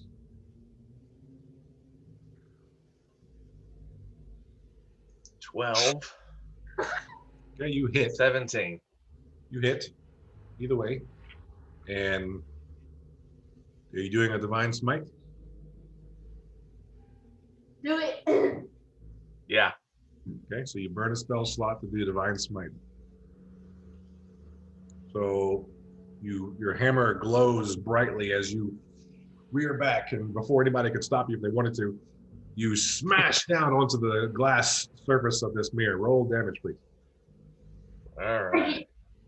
I at least want to get rid of this guy's gateway. All right, 8. Wait. Regular damage. And 16 divine smite damage. Your hammer smashes the glass as it just goes flying. These mirrored shards right in your face just like cut you across the cheeks and such as they slice by you. And then suddenly all these shards all seem to kind of stop, slow, and hold in place. And you look around you and you see all these glass mirrored shards just all around, shattered in thousands of pieces. And slowly, like time being reversed, these shards all kind of recongeal and reform the mirror in front of you. Whoa. Neat. I take the bag of holding and pull out the two sides of the mask. The bronze mask. The bronze wizard mask. Yeah. Okay, so you put on the bronze mask. I forgot about that. Wait, I can't. Yeah, you can't really put it on. It doesn't really fit your face. Yeah, I say put these on. All right, I put it on. You look at your reflection in the mirror with the mask on, and you think, looks pretty good on me. But otherwise, nothing happens. And I give him my little star wand. You give George the wand. Yeah, and I say you can't keep it. So George, you now have a wand of lightning bolts. I say that. Neat. No, I'm saying that. I had tuned to it. No, I'm saying that maybe you have to copy like the wizard's dressing and everything, and like it's beard, but no, not a beard. Oh, we got a beard there. Well, George, do you hold up the wand like Draken instructs? Very silly feeling, yes. And you look really silly as you do it. You're holding up this bronze mask on your face, and you flourish the wand, put your pinky out. Nothing happens. Ah, come on, it's supposed to activate it. I take my wand. All right. Okay. Anything else you'd like to do with this gate? Yes. All right. What would you like to do, George? All right. I want to use my stonemason's companion and change up the frame. But like George was here on the bottom. So you're gonna carve into the frame itself? Put like silly glasses on the wizard. Okay. Vandalize it. You bring out the magical stonemason's tools and you start chiseling into this stone frame. And as you do so, you put the funny glasses on the wizard and kind of chuckle to yourself. And as you move on to the next part, we're going to put George was here. The glasses kind of fade away. The stone reshapes itself and returns back to its pristine state as you go. Well, all right, let's go. No, just go away from this weird thing. Okay. So you turn around, make it back to the crossroads here. No, I'm just annoyed. Why'd we come south anyway? Whose idea was that? Let's go east. Yeah. South stunk. Yeah. Forget south. Let's go east. Yes, we didn't get anything from going south. On second thought, south is very silly. South is a silly place.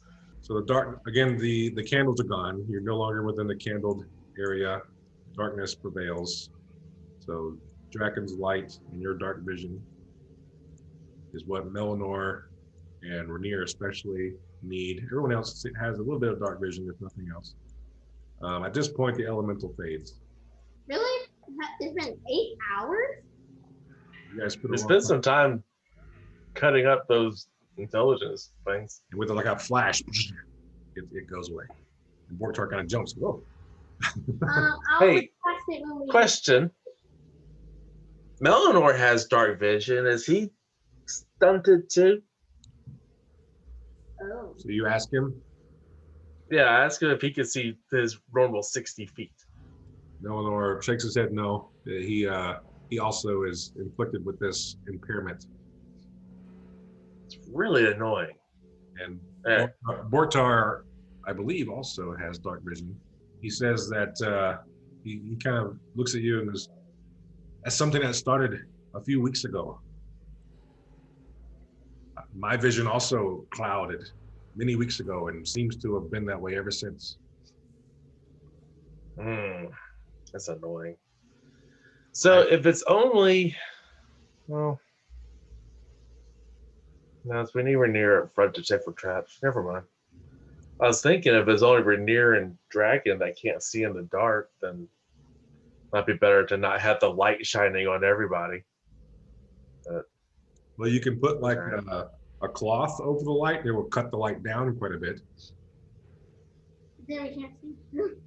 You would not be able to see it. Yeah, we need Renaer to be able to see. That's fine. With all these twists and turns, it shouldn't be a big deal. Yeah, the path can kind of snakes around. Bortar again seems to know where he's going now, and he's leading you ahead. And he says, "There's an alcove ahead. It appears to be empty though. And is my wand still on? It only triggers around you then, and then it stops. So it doesn't last forever. Ah. So this alcove, as you start to walk by it, you notice carved into this alcove's archway are words that are written in common. Okay. And they say, gaze upon me with bronzed visage, and secrets shall I reveal. I said, put on the mask, put on the mask. Yeah, that sounds like a easy one there. Okay. Yeah, put on the mask. All right, so George puts the mask on. And tell me what you see. When you look at the archway, You see the same phrase. It says, "Gaze upon me with bronzed visage, and secrets shall I reveal."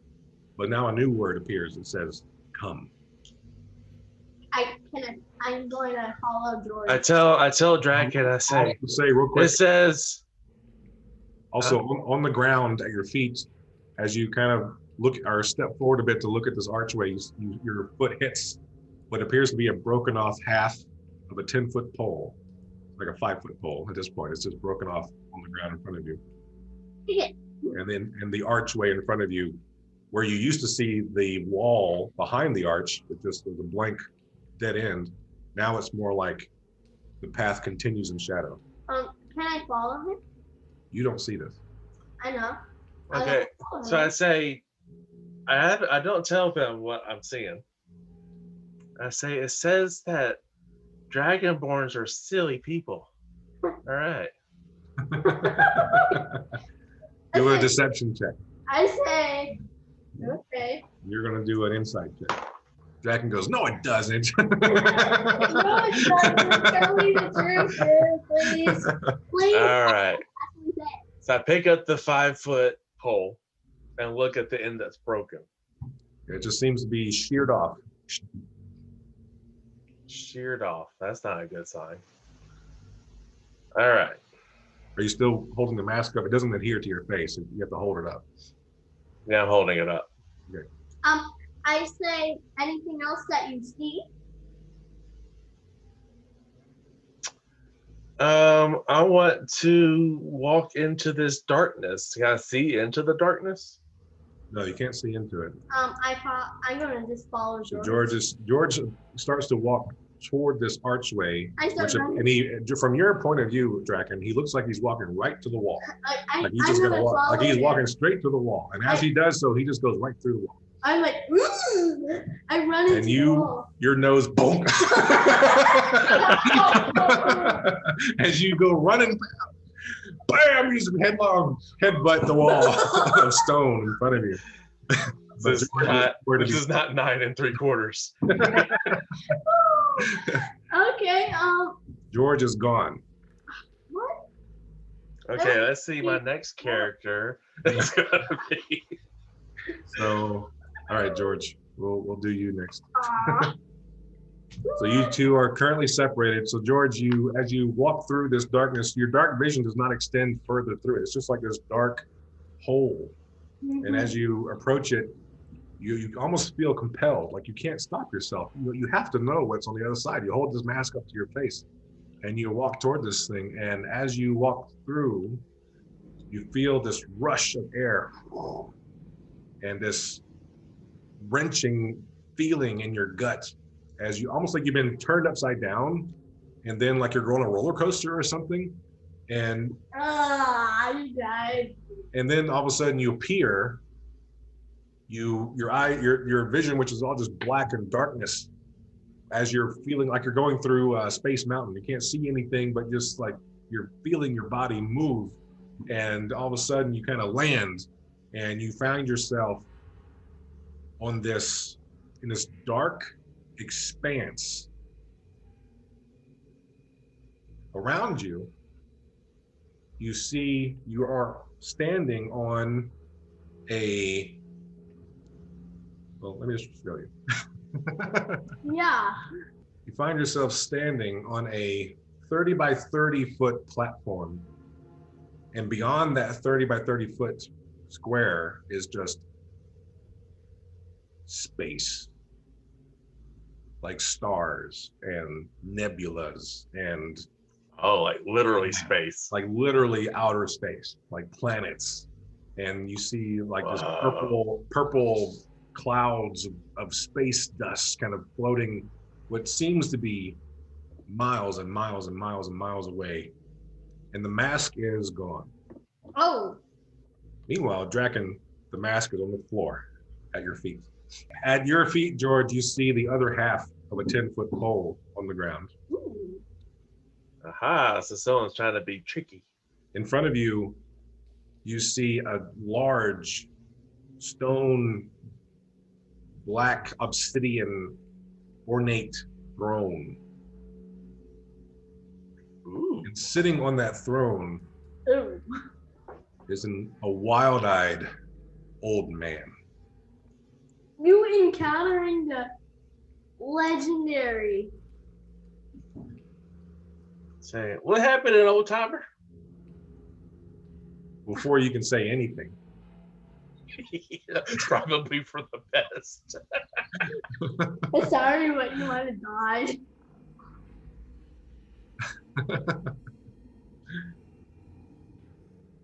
goes, well, don't just stand there looking like a boob. 3 questions of this lair you can ask. Twice will the answer be true, and once will be false. And be quick about it. The show must go on.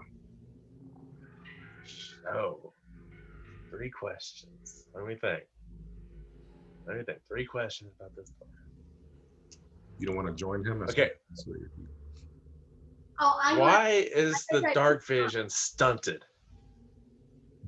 So as Draken puts the mask on his end, you see the opening in front of you. Well, I try to Yeah, you kind of like look through the eye holes. Yeah. You like put it upside down Yeah. and look through the eye holes as the beard's above you. But it still works. You Yeah, can still see. I walk in. I start running. Draken, you feel the same kind of sensation as you plop down. Right there, you see this materializing next to you, George, is Draken. Ooh, outer space. And Draken, you've arrived just in time to hear Hallister Blackcloak ask for the 3 questions. 2 will the answer be true, and 1 will be false. And George asked, say again, why is dark vision stunted? Yeah. He says, that would be too easy. I asked, how do you open up the mirror? You have to do a little dance in front of it, a little jig. What's your 3rd question? Make it a good one. How many people have survived to the last level of the dungeon? Not very many. And you've used all 3 questions. Very good, very good. I would have asked probably something more pertinent than what you did. I know, right? But what are you going to do? Now, let's talk about why you were all here. Every 100 years, I search for worthy adventurers to test my fortress. I broadcast this to the multiverse.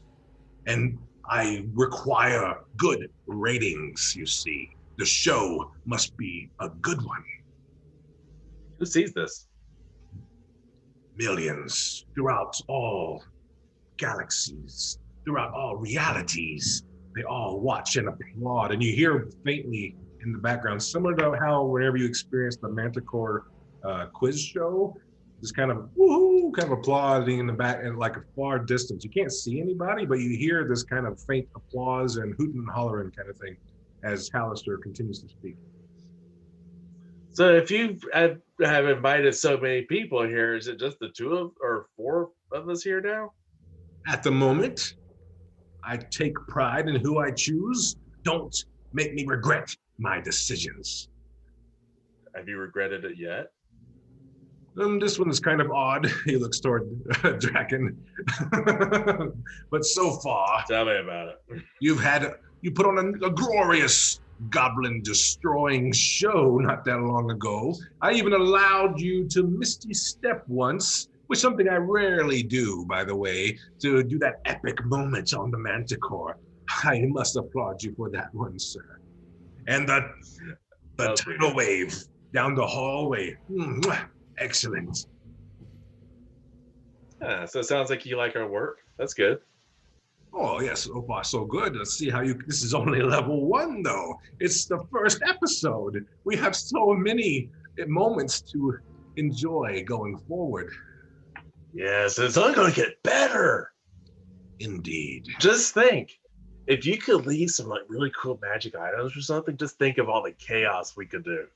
Speaking of magic items, and he kind of snaps his fingers, and George, you suddenly grow stiff, and you can't move, and you can't talk.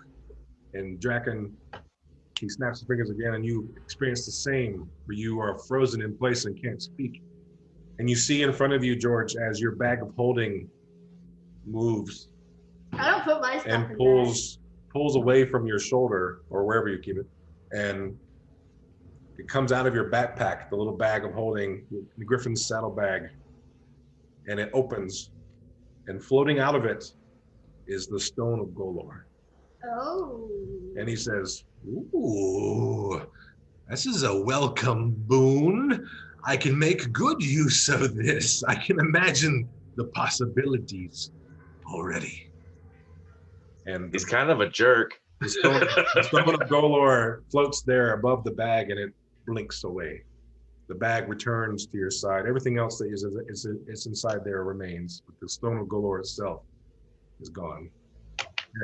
But Hallister goes, "Now that I have a more captive audience of the two of you, it's important for you to know some rules going forward. I understand you adventuring types need to resupply and rest and all these sorts of things. You can come and go from Undermountain as you please, as long as, of course, you can reach there safely, but don't be too long. The viewers demand a show.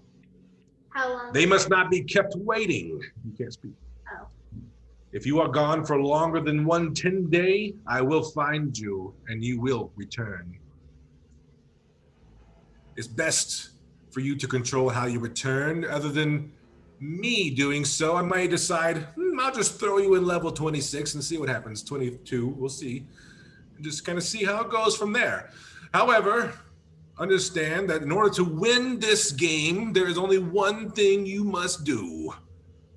You must reach me on level 23. Claim the reward for doing so, and you have succeeded. Are there any questions?" And he snaps his fingers, and you still can't move, but now you find your mouth, your jaw loosen so that you can speak. Are we able to do anything when we go out of Undermountain? We just have to come back in a limited time. That's what I said. Is anyone else not able to hear? Will we get the chance to get boons from the audience if we do like the Misty Step thing? Yes, certain things can happen depending on your performance, but it can't be a new old trick. I prefer new actions. Misty stepping again isn't going to impress me so much. Not that I'm going to allow it anyway. As you understand, teleportation is not allowed in Undermountain. I allowed it that one time because it was cool. But for going forward, teleportation of any kind is not allowed. So is it the mirror thing a teleportation thing? You've already asked the questions I was going to give you answers to regarding that. I'm talking about the game. Any questions about the game? The game must go on. I'm running. Yeah, what's the reward? What's the prize? What were you doing this for? You'll find me at level 23 and find out. And as he says this, right. his body just kind of turns to mush. It's like kind of like a glob just kind of slides down, and he disappears. And then your vision kind of fades to black, and you hear this cheers happening. Yay! Yay! You know, everybody's so happy for you as you find your way, and you wake. Your eyes kind of open, and you're back in the hall in front of the archway. I say to what's the Borktar. How much further until he reaches Xanathar? He kind of looks at the two of you strangely, seeing as what you've just gone through, and seemingly not really fazed by it much. Yeah, we've seen worse. Says, I think I've gone a little insane. You have. He says, well, keep in mind it's been a few days since I've been this direction, but beyond this next door that we're coming up to, if we go south, we should run into the Xanathar Outpost. I believe they call it Big Ears Watch Post, something like that. Okay. Yeah, I think that's what they had said. Are you wanting to stay behind? Well, as you continue to move forward, you guys can start to plan if you'd like anything you want to do before you get too close, because as you remember, the ability of the intellect of hour allows them to detect those who get close. I'm going to still have the Xanathar stuff on, and I'm going to be like, I don't really think I need to do anything. I'm going to tell Borktar you might want to stay back. Okay. Borktar says that it's still a little distance to the south. We have to go through the map room, and then there is a tunnel, and then we should find. Yeah, north leads, he says, to a pack of were-rats that he's aware of that are up there. Feel free, of course, to explore that direction if you'd like. To the south, however, is another Xanathar Outpost. Let's do the Xanathar Outpost first. Okay. So That'll do the most good. No one's complained about these were-rats until now. Well, stay clear of the were-rats. Yeah. They seem to keep to themselves. For the most part, they very much like my goblin and kobold brethren seem to just be wishing to survive. They're a little bit more indiscriminate about who they harm in that direction, but in any case. Yeah. Come to another door here, and again, Borktar opens it, and this door actually opens to a large room. So in this large room, this room, it's you can see signs of a campsite in the middle, like in this square right here. You see drag marks toward this large 10 by 10 foot pit in the center of the room. On the wall here, you do see a very large fresco or mural. What does that mean? It's a large stone carving Painting on the wall, like a large image. What's the image of? Well, you can move forward and inspect it. I go to inspect it, and I try to show I'm not going there just yet. He can go. go over to this. See, Draken moves forward. It looks at the wall, the fresco. Mm-hmm. All right. So as you approach your staff, again being the main light source in the room, as you approach this very large carved wall, it's 20 foot wide, 20 foot tall depiction of at the very top of it, you see what appears to be a mountain and a city. And beneath that are several worn down kind of depictions of floors or levels beneath the city.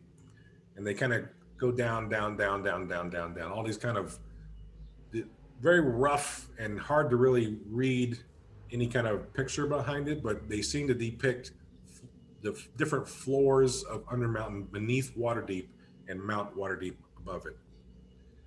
Next to 3 of these different levels in this depiction, you see 3 symbols. The top one looks like a skull. The top, like first level? Top, the first, not the top level, but the first button or the first image you see there looks like a skull, like a circular kind of frame around it. On what level? It's next to the 3rd level. Skullport. Below that, you see another one that looks like a comet. And then toward the bottom, you see another one that looks like a tower of some kind. Which floors are these on? So there's a skull on the 3rd level. Equaling skullport. So next to the 3rd level is a flaming skull. Next to the 16th level is the image of a comet. And next to the 23rd level, the lowest level, is the image of a tower. Don't know what the 2 Is there any possible way I know about the symbols? How about you do an investigation check? Okay. 10. 10. You notice that the three symbols appear to be separate from the wall. They are their own separate piece of stone. I try to push them in. Which one? It's cool. I'm glad I stayed back over here.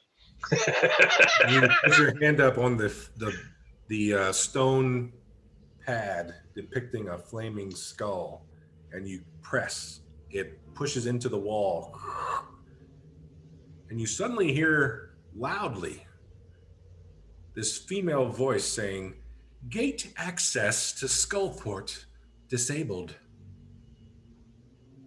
Ah, it's like a teleporter, which we know from Crazy Guy that's disabled.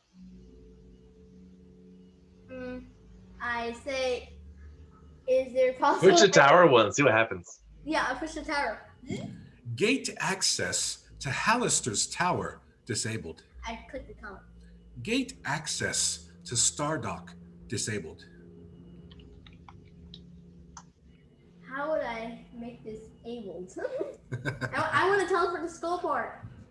Whoa! How is there any way I would be able to fix it? You can do an Arcana check. Because I want to teleport to Skullport. 9. Can someone assist me? No, there's no way to repair Yeah. this. And you have to assume, based on the power Hallister's already demonstrated, he's probably the only one who can really do anything about it. All right. So I wanted to take a look at this campfire and these drag marks. I just keep clicking them. And you keep hearing over and over again, gate access to, gate access to, gate access to, gate access to, gate access to. As a kid. I'm trying to Keep doing it. Make them keep doing it. Gate access to. Anyway, Vortar also approaches the campsite. Renaer, Melannor, all of you. It's a campfire has been burned out, and it's no longer hot. It's cold. It's been there for a while. Any dead bodies in it? And you see, it does appear to be some blood stains on the ground and drag marks toward the pit. Okay. Can I see, like, based on my years of combat knowledge and investigating for Rum and Meepo, can I try to ascertain what happened here, all Sherlock Holmes style? Sure, you can do an investigation check. Well, aside from the obvious, there's nothing else really that you can ascertain. You can see obviously the drag marks and the blood stains. Mm-hmm. So you imagine if you were to go look in this pit, you'd probably find a dead thing. I don't. Oh, is this pit not the... I thought the pit was a teleportation place. I look in. All right, let's look down in the pit. Okay. Look down in the pit. This pit, it seems to be about 20 feet deep. Oh, wow. And you see a person in the darkness sitting in the corner. I say, are you dead? It looks up at you. Are you okay? And it stands up suddenly. It goes, it kind of coughs. I throw a rope down. Draken throws the rope down. It comes down, and then the person takes it, kind of coughing, and starts to pull himself up. And as he approaches the top, he reaches out a hand to be helped. I guess I try to help him.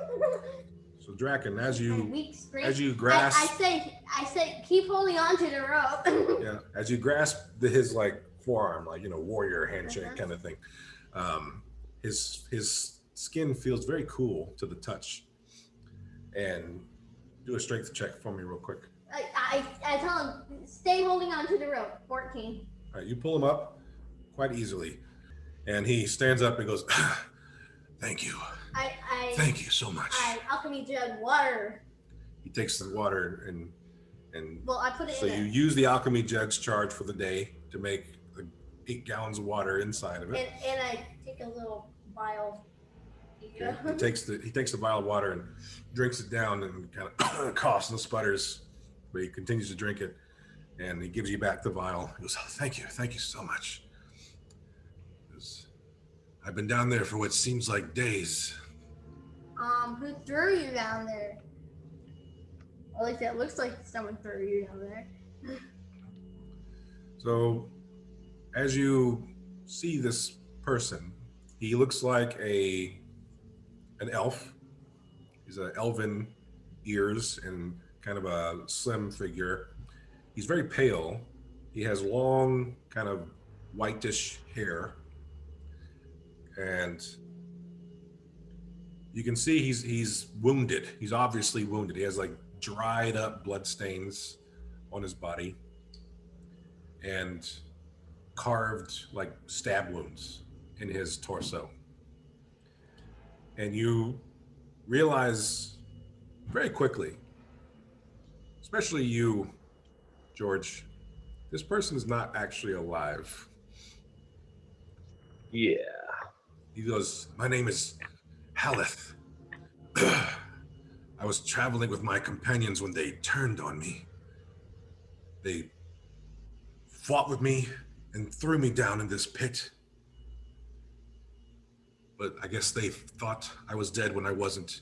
I awoke and found myself with nothing. And you see, he doesn't have any armor. He's just got regular kind of commoner's clothes, no weapons, no armor, no items, just... I hate to tell you, buddy, but Faith, all right. You're dead. What do you mean? I think you might be now a undead. Impossible. It can't be. I'm a cleric. Yeah. Does I think George would know this. Does healing hurt undead? I know in some books and stuff it does. No, not really. Does it heal them? Yeah. You can be healed. How would you tell that someone's undead? They are not alive. They don't have a heartbeat. I check his heart then. No pulse that you can detect. I say you do not have a pulse right now. He kind of looks at his hands and looks at you, bewildered. He goes, I must have been brought back for a reason. All I can think about is I must get my revenge against those who killed me. What party? The Fine Fellows of Daggerford. That was the party I was a member of. That's the ones that went down before us, right? Yes, that's the one that you were told about earlier. So you're saying that they're evil, pretty much? They've never been good. Well, they went down before us. So They could have been down here that long. Yeah. It's been a few days. I think it's been 2 days for us, hasn't it? Yeah, they went down like the day before you did, essentially. They went down a day before we did, so they can't be too far ahead of us. I don't know. We're going around exploring and stuff. Who knows what they're doing? Yeah. So why'd they turn on you? Yeah. He says, we lost one of our members, Kellum. He's somewhere on this hall, in these halls. Like and he walked a different way and no one noticed? I'm not sure what became of him. But the gold that Kellum was to have should have been split evenly amongst the rest of us, and I demanded my share. And because of that, an argument came about and swords were drawn, and I guess I must have got the short end of that stick. Or the pointy end of the sword. Yes. Kind of coughs again. I thought it was funny. Maybe I would have. Yeah, how are you coughing? You shouldn't. You're not breathing. I don't understand either. I don't understand how any of this happened. Actually, I don't know how you are in. So you're undead, but you can talk. How about undead? Also, don't usually give us a little conversation here either. Yeah. So Undead George, usually if you want to do a religion check, are. you can maybe ascertain what sort of creature you're dealing with here. Can I do it? George isn't typically religious. You can give him assistance. I'm gonna help you. All right. 13. This is a revenant. A revenant is someone who is from a mortal who meets a cruel and undeserving fate. It claws its way back up into the world and seeks revenge against those who wronged it. Oh, that's pretty spot on. That sounds evil. They are typically neutral. They're based on whatever alignment they had in life. Okay. So I reveal this to what's his name? Haleth Garg. Yes, I reveal that. Haleth. I think you're a revenant. He kind of looks up and kind of puts his hand at his chest, and he kind of pats where he would feel like an amulet or something. He goes, my holy symbol has been taken from me. What would the holy symbol do? It's something I, as a cleric, need to focus my spells and such. But Haleth Gark? Haleth? Gark? Haleth? Yeah. Gark. Do I have an extra staff? Whenever I gained the magic ones, I had a quarter staff. He says, Yeah, well, You can use my He says, "Listen, quarter staff. I will be happy to assist you in any battles going forward if you can help me find my revenge." Well, technically, your party is also evil. yeah, I'm not usually one for revenge. I can tell looking at you, Paladin of the Light. You must see the injustice of what's happened to me. Yeah, it does sound pretty shady. Don't like that. But then again, you also didn't go looking for your other compadre. I don't exactly understand that. Kellum, he was lost. We didn't know where he went. Wait. And you just said, "Oh, he's dead." It was not my choice. Our But leader. it was your choice to go ahead and try to split his loot. Well, if we weren't going back for him, it seemed logical. I understand where you're coming from, though. Perhaps that could have been handled differently. What does your focus look like, Haleth? It's an amulet of Joaquin. It's like a patron saint of merchants. Merchants. Okay. Sounds pretty non-nefarious. I say. So you think they killed you and just stripped you of all your possessions? He kind of looks at himself and goes, "It would appear so." He says, "If you wish to seek out Kellum, I can help you with that. It's further to the north, though." With the were-rats. We didn't encounter any were-rats. Well, that I further recall. north is a big were-rat colony. According to Morgtar here, we haven't actually seen it for ourselves, so it's all secondhand. Morgtar and Renaer, they're both like, "Holy cow, there is a dead person talking to us." You get used to it. So without your focus, Hella, what good would you be in a fight without your focus? Well, or weapons. I can work with a blade if I'm given one. Blade. The clerics usually use mace. Hammers, maces. Blade, mace, any weapon will do. Mm-hmm. And how do we know you wouldn't turn that weapon on us? I give you my word as a cleric of Joaquin. All I seek is revenge against those who have wronged me. And your knowledge of revenants, George, you would know that that is all they seek. You know, they like single-mindedly, that's what they want. Like they desire that more than anything. I asked George, what happens once they get their desire? They die again. Yep. Once their desire, they're done. Their business is done. They can rest in peace. Exactly. So I'm telling them that Well, I'm all for having soul rest. That's good. How about this? You come with us, and if your group seems evil, like they do, I'll help you get your revenge. Because I think a world without evil would be a better place. In my previous life, I believe I would have agreed with you. Right now, all I can think about is this burning sensation, this burning desire.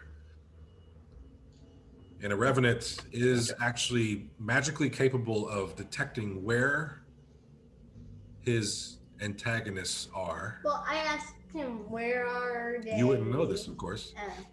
But he does say, I can feel them.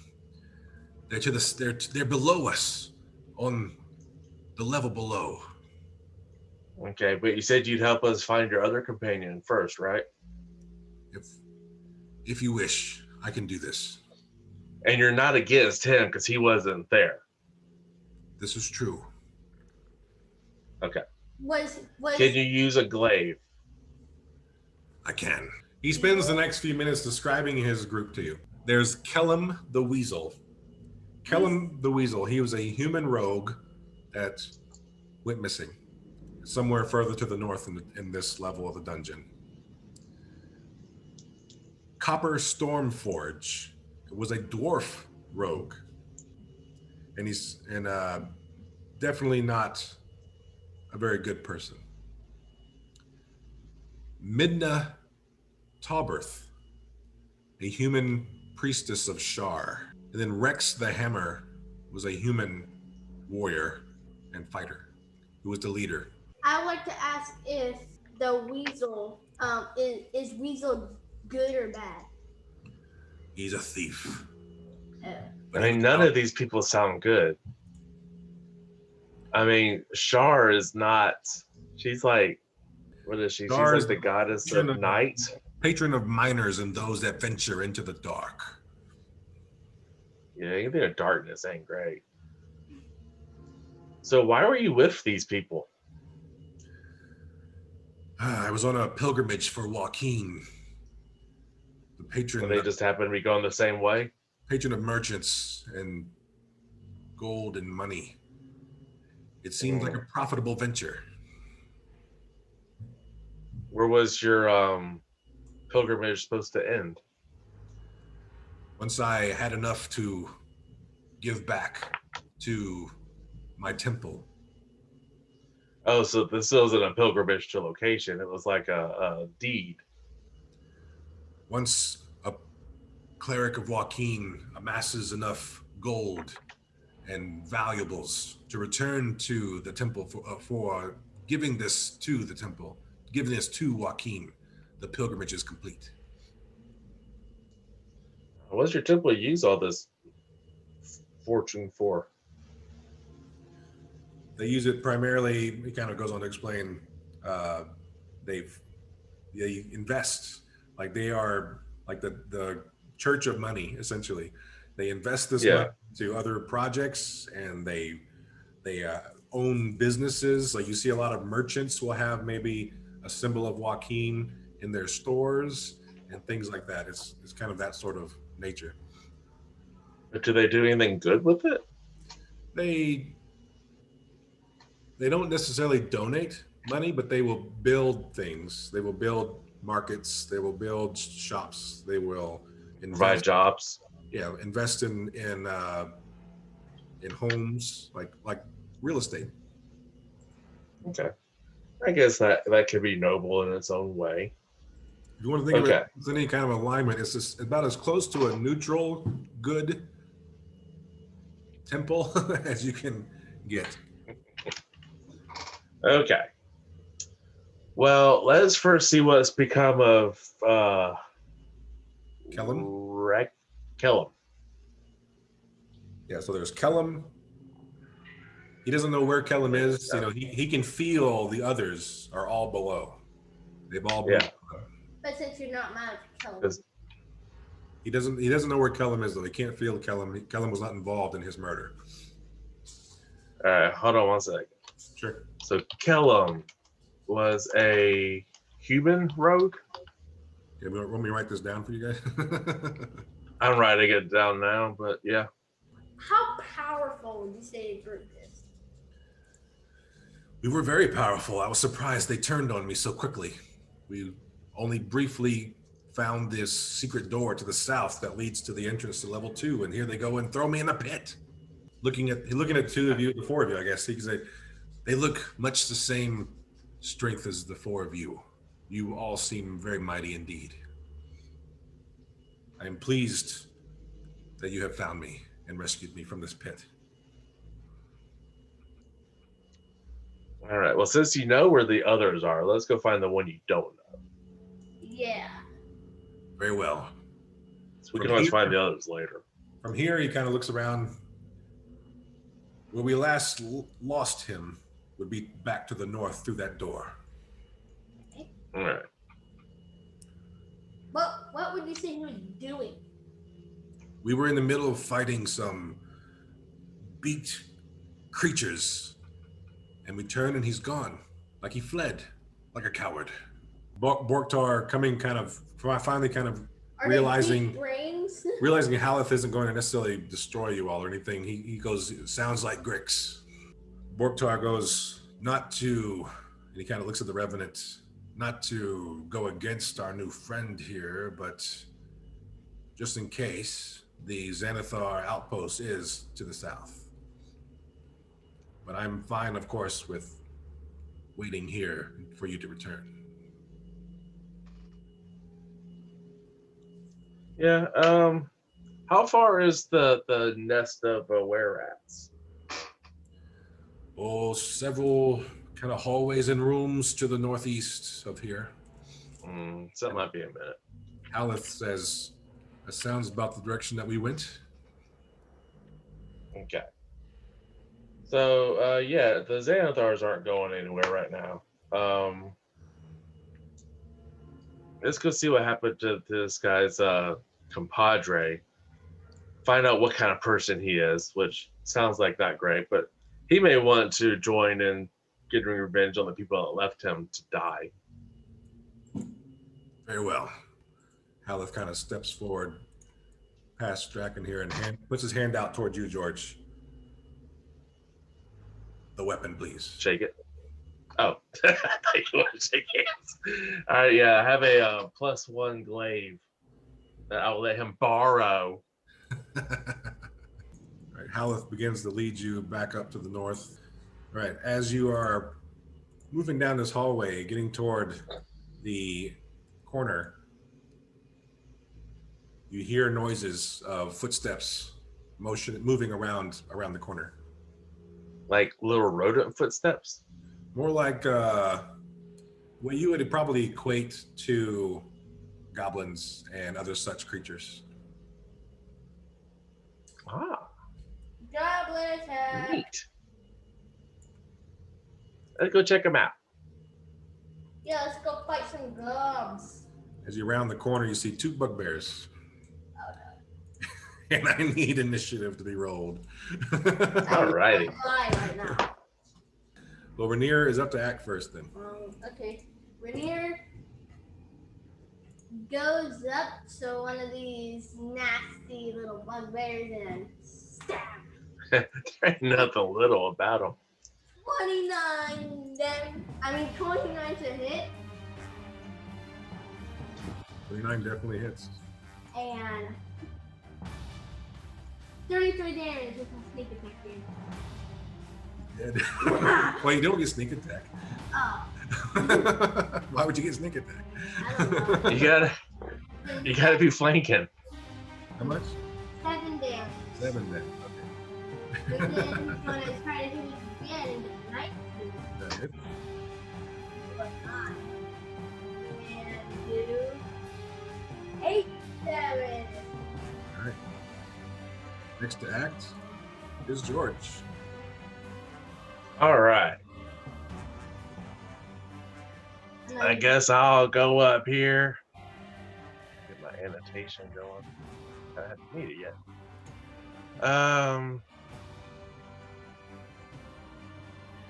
I'll go stand next to Renaer here. Hit this guy.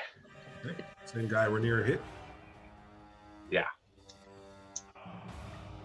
14 to hit. That misses. Second attack.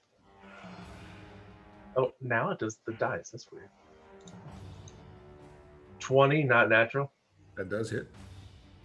I'll be surprised if it didn't. It does 12 points of damage. That was exactly what you needed, as both you and Renaer rush in and just stab, stab, smash. And this bugbear goes down so quick. The other one goes, whoa, in surprise. And I take a step forward. Okay. And hit him with my shield to push him back. Okay, hit him with your shield. So strength check. Yeah, doing my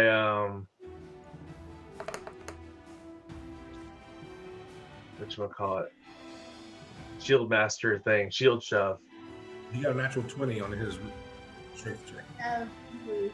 So I need to beat a 20, or see, I just don't do it. Well, it's a 22 with his modifier. Natural 20 typically is a success. As you come rushing up and go to bash it with your shield, he puts out his Morning Star, and your shield just smashes against it. And like this shoving match for a second, like you're just kind of pushing, and he kind of just growls in your face, this bad breath, this acid, gross smelling, just blows in your face. Pretty much it penny breathes in your face. It is now, unless George has anything else, it's going to be Melannor's turn. Well, that was it for me. Melannor is going to produce flame. Awesome. Natural 20. That definitely hits. It's dead. You're going to All right. re-roll any ones or twos.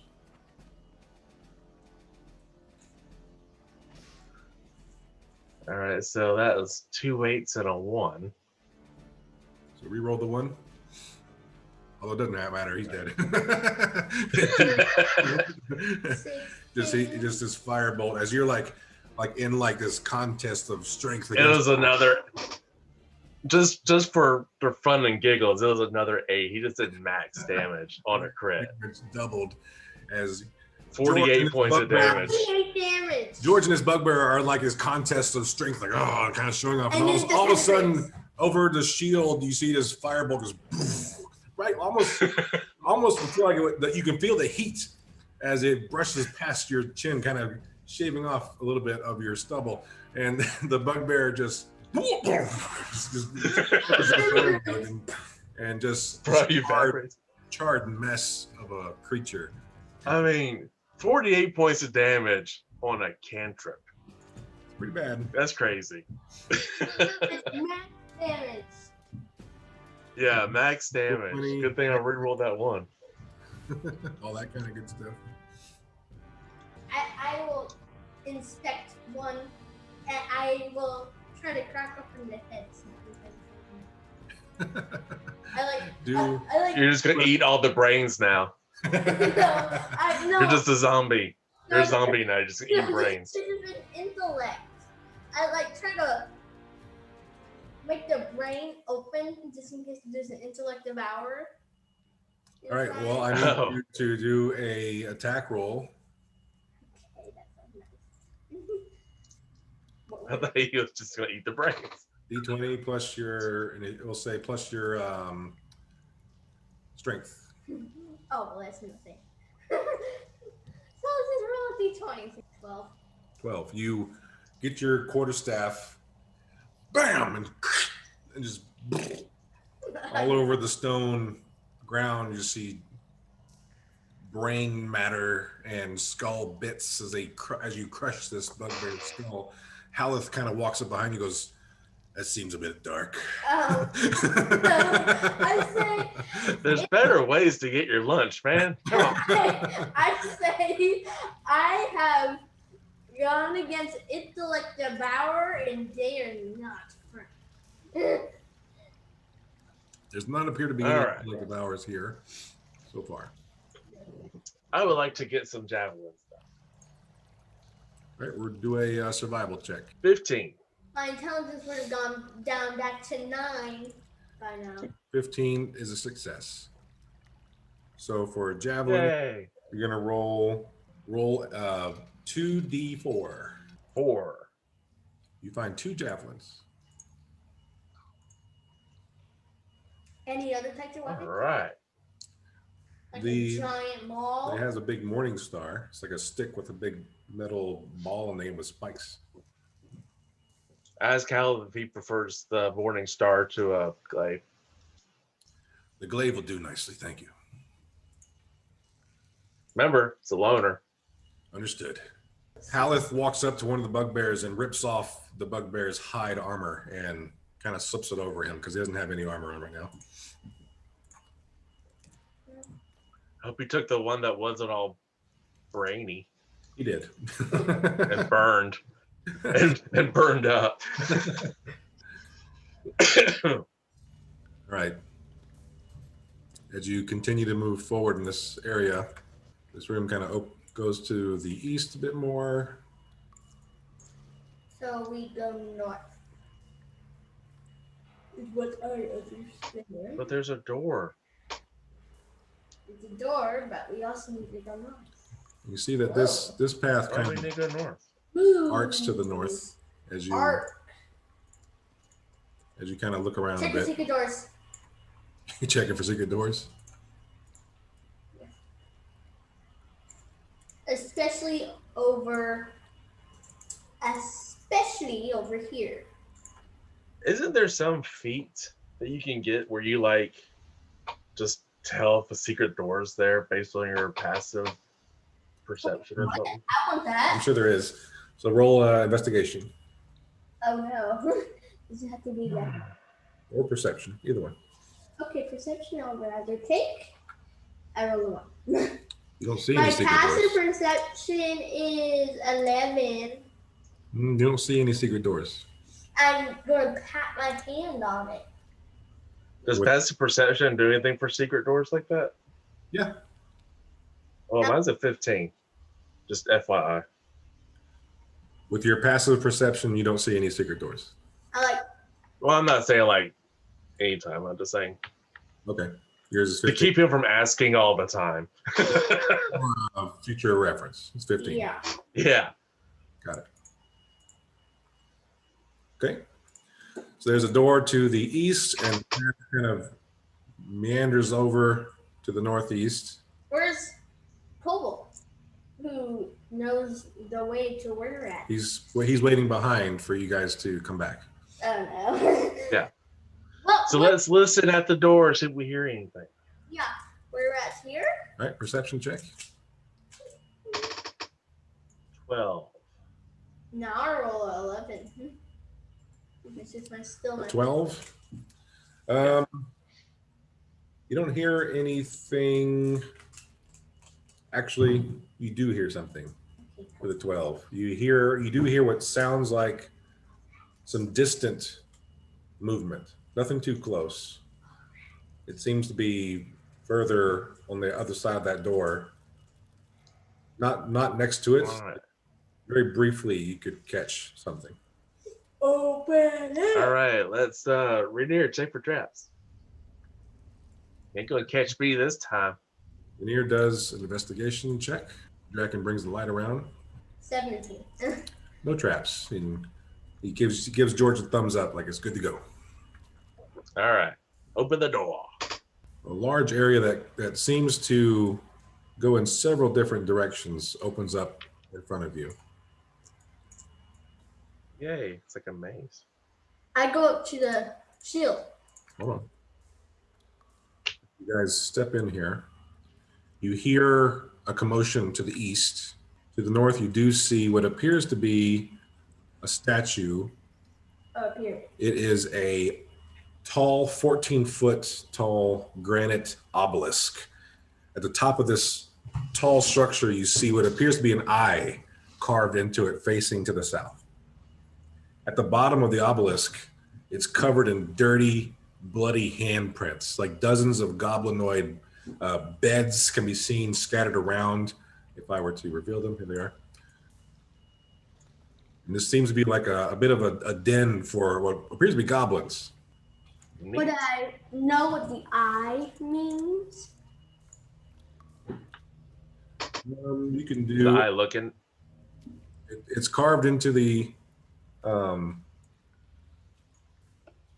obelisk, and you can do like I don't know, do like an history check, we'll say. So what'd you roll again? Sorry, 16.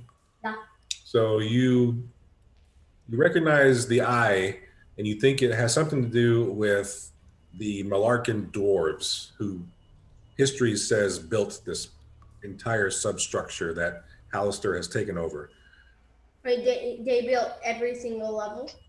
Hallister has reformed it to his will over the centuries, but before Hallister was here, the dwarves were here. And it seems to be a remnant of that time. Oh. What does the eye mean though? It doesn't seem to mean anything particular. It's just carved into this alcove facing to the south, seemingly standing guard. Feel free to do a perception check to recognize what maybe is happening. 8. 8. Passive 11. So 11. Perception is persuasion. Perception was 5. 23. 23. You hear, George, the sounds of fighting. The goblins fighting something. You hear the little voices. Oh, I start running. From a distance. I comprehend languages. What is it saying? You use the comprehend languages, so speak slower so we all understand what you're saying. I had comprehend languages. I understand. What is it saying? You hear going, wait till you see them, then fire. You hear the sound. You see them. You hear the sounds of arrows being twang, like the shot of a bow, of a crossbow, and the clattering of noise. Draken, do you keep your light on? No. Turning your light off? That's it. He wasn't going to until you said something. Well, I'm going to I'm gonna put a little clock over. Okay. Put a cloth over it. Mm-hmm. A bit more like a torch.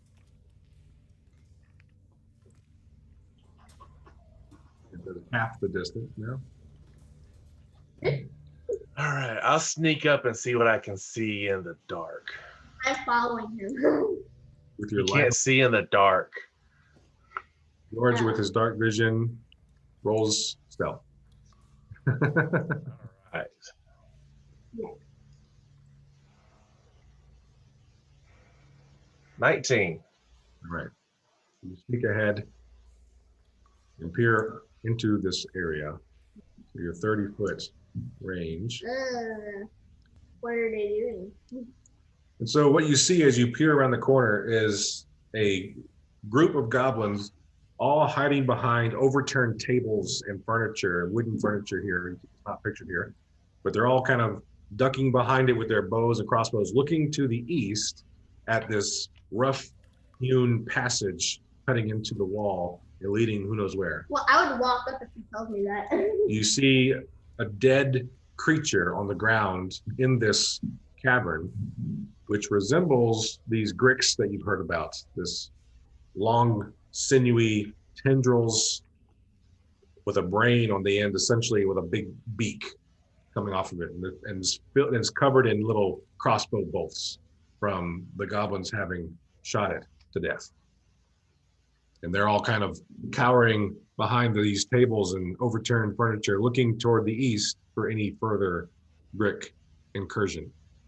Call me over so I can sleep. Some. I'll stay and watch for a minute. Okay. I'm gonna walk over. Anyway. Do a stealth check. As Draken comes forward, all the goblins turn. And Haleth gets to go first. Oh wow, cool. Haleth doesn't know what's going on. He's watched the light source move on, although he does have dark vision as well. He will I say follow at a goblin. distance. But at the moment, he doesn't really know what's going on. He knows we're sneaking forward, and so he kind of sneaks himself and waits to see what's going to happen. He's going to hold an action, an attack action, in case enemy comes within range. This goblin turns. They all turn, actually, but this one is the first one to react and fires at Draken. 16 to hit. And misses Draken. So as in almost a startledness, he fires his crossbow, and the bolt kind of ricochets off one of your blue scales. Like, they hit you, but doesn't really penetrate your scaled hide. Next to act is the goblin next to him, who's also surprised, but manages to get off a short bow, and he got a 15. And he misses. He lets off an arrow and he goes, soars over the head. George, you're next to act. All right. I'll go up and hit that guy. Now I'm getting 11. 11. Yeah. That, I believe, misses. The second one's a natural 20. Poor goblin. All right. So 24 damage. 24 damage as you swing with the hammer. The goblin kind of dodges out of the way and then hit the ground. And then just with an upswing coming up around, you clock it upside the chin and you hear this sickening crack as his head rolls backwards much further than it probably should. Oh, yeah. And it is dead. All right. I'll just stay in place and just hit the one on my right with my shield. Smack this one. Let's see if I can hit him into him. With your shield? Yeah. Shouldn't be too hard. It's a big contest. Yeah. Nothing. Well, 13. And as one slams into the other, he does 2 damage to himself and 5 damage to the other. ouch. And he's dead. Draken, you're next. All right. Cast sleep. 3 of them fall asleep. The 2 here in front of George both slump over. And then this one also. So these 2 up here with the eye patches are awake. All right, so you cast this spell. You see 3 of the 5 goblins slump over, snoring. And I shoot one of the ones that's still up there. 21 to hit. That hit. 16 damage. The firebolt rips through one of their torsos, leaving like this large gaping hole. And he kind of slumps over. Next act, goblin. Renaer goes next then. Renaer. He sees the action happening in front of him. He understands that combat has as does Haleth. It lasts for 1 minute. Renaer, is that up? Come over here. You will have advantage. Auto crit. Yeah, he's gonna do that. He's going to kill him while he sleeps. Yeah. Well done. Oh, do I have to roll? Starting to feel like these guys are just as bad as Hellas group. Oh, well then 18. Oh, yeah, you do. 32 damage You did. without doubling. So 64 damage. Right. Renaer comes up and stabs this guy while he's Complete overkill. he can't move anymore. And he's not within range of anybody else. Yeah. Next to act is a sleeping goblin. And then it's Melannor's turn. He's gonna walk up. Look at there. Okay. Can I see this one? Yeah, Or is that corner in the way? you can see it. All right. You can peek around. Dang. 14. That misses. As he peeks around the corner and hurls a little fireball at this goblin going over the heads of Renaer and George. The goblin, in time, it kind of ducks. And Well, All right. In that case, I'll try again because it's a cantrip. 22 It definitely does hit this time. for 7 points of damage. Just enough. 3d8. I think it's 7. Goes from max damage to 2 1s. The goblin got cocky as he ducked out of the first fireball, turned back to Melannor to laugh, and got another one right in the face. All right. Okay, next to act is Haleth. Sees the action happening. He storms forward. Shall I, or are we leaving them be? I'm not going to kill sleeping anybody. He holds his action until he's threatened. And combat at this point is considered over, although the goblins who are Will wake still up in a alive minute. will wake up within the next few seconds. I think that we should see what's over here. Okay, I so just want to disarm the goblins. you spend the next, pretty much the rest of the time that they're sleeping to kind of go around getting all of the weapons. So you collect 5 rusty old swords, short swords, and a couple of short bows and crossbows that are not very good quality. And these 2 goblins wake up and they see the surroundings. They kind of jump and kind of hold each other as they see their I circumstances. have languages on. You can understand them, but they cannot understand you necessarily. What are they saying? I asked them if they speak Orcish. In Orcish. One of them nods. Oh yeah, we speak Orcish. Oh. I can hear What it. are y'all scared of over here? The Gricks, they come in the night and take us away. So why not just block up this passage? With what? I don't know, cave it in. With what? We're fighting. What else should we do? What does this passage lead to? Just Gricks? Great. Passage leads to Grick nest. Hmm. Have you seen a human skulking around here? They kind of look at each other. Other than us. They don't understand what you're saying. They point to Renaer. Other than him, because he's the only human here. Someone like him, but not him.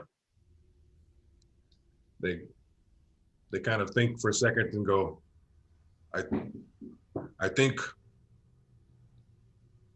Strongjaw saw human go down the Grick tunnel. Of course he did. Why wouldn't he? All right. Great. All right, let's go check out the Grick nest.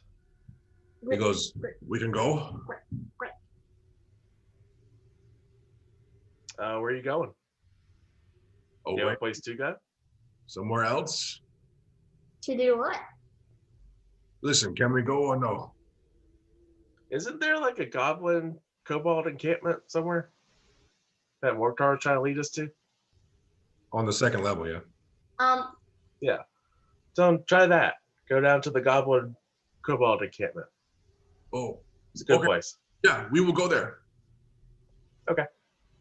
See ya. You need weapons?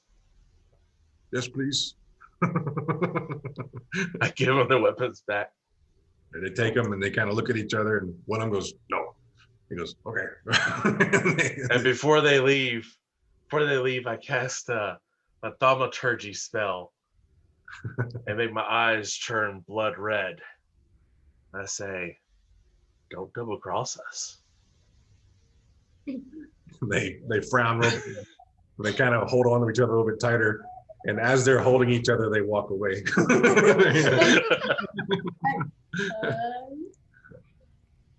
All right. You. All right, so let's go check out this creek nest. Yeah, apparently some rogue randomly wanted to go into a Grick nest. Which totally makes sense. Yeah. Did he just sneak past these 6 goblins? He didn't ask any more than what you did. Hmm. I was just curious. All right. Okay. So that little archway looks like it just loops around. Yeah, you look to your north, you see another curving passage. Probably leads to your thing. Unlikely. Alrighty. Jack, Looks like we gotta go single file. put your light back on where it was. Yeah. I take off the little thing on it. Can we loot? You want to loot these goblins? Yeah, they're quick. I'm going for the gold teeth. Gold teeth. Do a survival check. No. Hey, I'm actually good at that. I rolled a 17 with my +5. Okay, so you can do 8d6. 36. Find 36 arrows. I want And you can do 4d8. 36 arrows for Melannor. 48. 4d8. 10. You find 10 gold goblin teeth. I'll keep those. As you approach this natural cave formation, things get a bit more damp within and a bit more crowded. So yeah, single file is going to have to be the way it's going to go. So what's your marching order, please? Not me. All right, I'll go first. Okay. Draken, you're going to be in a bit in the middle for your light to hit everybody. Yeah. Aleph is behind you, George. All right, so this tunnel is pretty tight. Aleph kind of comments, I guess, glad I don't have my clerical armor. I would have been unable to get through. What you probably have to do, I like that armored. you have to like walk sideways like a crab. The tunnel splits going toward the south and opens up into more of a natural dwarven man-made or dwarven-made tunnel like what you've been entering to the east.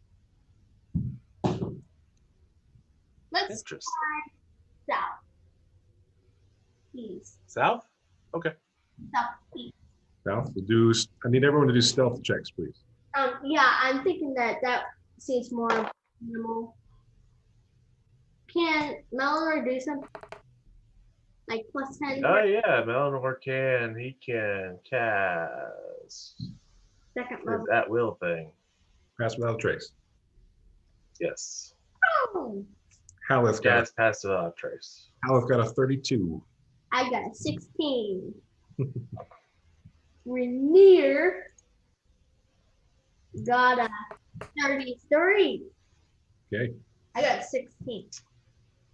Melannor has a 23. Okay. And George?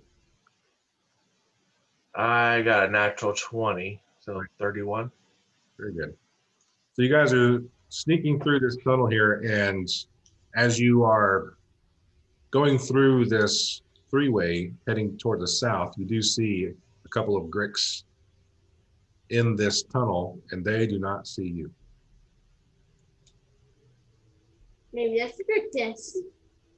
You continue going south. I say maybe we should fight some Gricks before we try to find a Grick nest.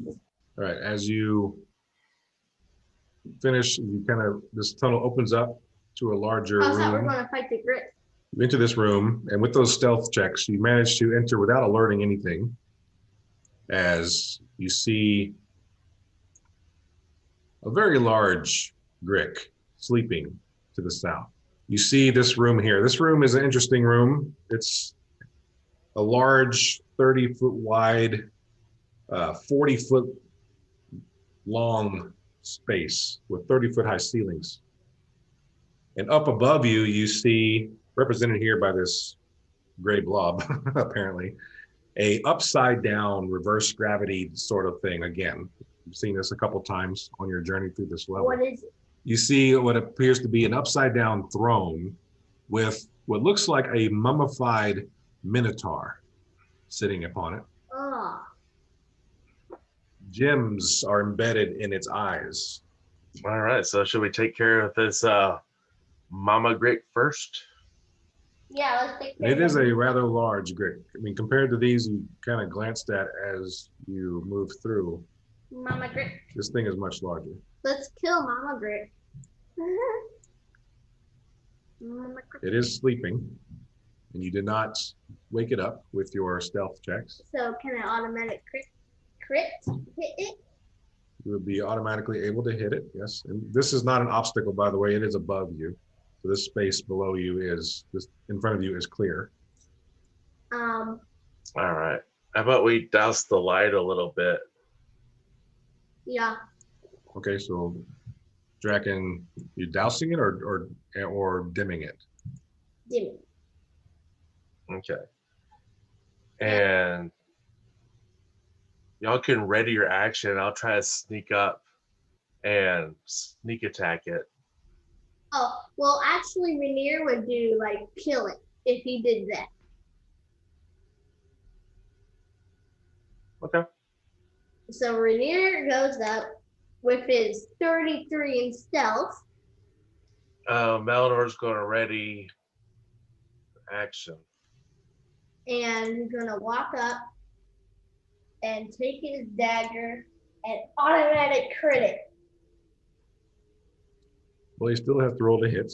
Oh, he But does. he can definitely walk up and do so. He walks up to this thing. This thing is a large Grick. 25. 25 does hit. Do an automatic crit. It does? I did. Do I do sneak attack damage? Yes. Would that also get doubled? No. Well, yeah, it does. Yeah. Sneak attack. It's an auto crit. Okay. 50 damage. 50 damage. So Renaer sneaks up and with his dagger, as he plunges it into the area behind the Grick's head, and the Grick lets out a blood-curdling scream. Oh, that looks. And it is still alive. What? Roll initiative. Oh my goodness, that thing's still alive. 27. Natural 20. For Rainier. you. Rainier. I got an 8. So Melannor is holding his action for when Renaer attacked Okay. to do his produce flame trick. All right, go for it. That's a 25. That hits. At least didn't like it. And 15 damage. Right. The flame arcs over Rainier's head, catching the Grick creature in the face. Flames are like haloing its large mandibles as it rears up onto its haunches. You guys did a hefty amount of damage, but this thing is awake. So Melannor and George's initiative, please. All right. George is a 10. Ouch. Melannor is a 7. Even more ouch. I think first. Renaer has already done his turn. Really? Yep. Wow. The Grick, seeing Renaer right there in front of him, immediately does 2 attacks, one with its tail and one with its tentacles. Rolls a 26 to hit. It's insane. 20 slashing damage to Renaer. You know how this gets The tentacles wrap around Renaer, slashing at his, because the tentacles themselves have like these barbs on the bottom of them, slashing at his skin and grappling him. And he goes in with a beak to peck at his head, which is an extra attack he gets when he's successful with the tentacles. And he gets, with this attack roll, a 24 to hit. Okay, yeah. And this does 14 points of piercing damage So- as his beak attack plunges into Renaer's upper shoulder. I thought you said this is level 1. It is. I don't want to go to level 2. This is the first level of the thing. I do not want to go to. The tail then comes around, whipping at Renaer's body here. He has advantage on the attack since Renaer is grappled. Oh. I'm like, But only does a 15 to hit Renaer that time. finally. Renaer, by the way, don't forget he has uncanny dodge and other such things. Why you never told me that? George's turn. Should have done that. Really? Yep. All right. Renaer's I'll run up and Divine Spike. okay. Let's see if I hit first. Yeah. 21 to hit. All right, so that is...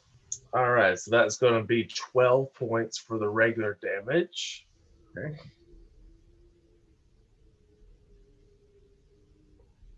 And then...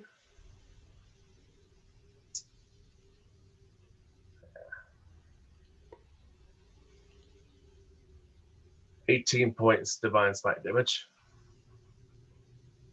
So you rush up, and Renaer clutched in this tentacle spiked beak attack of this large Grick creature.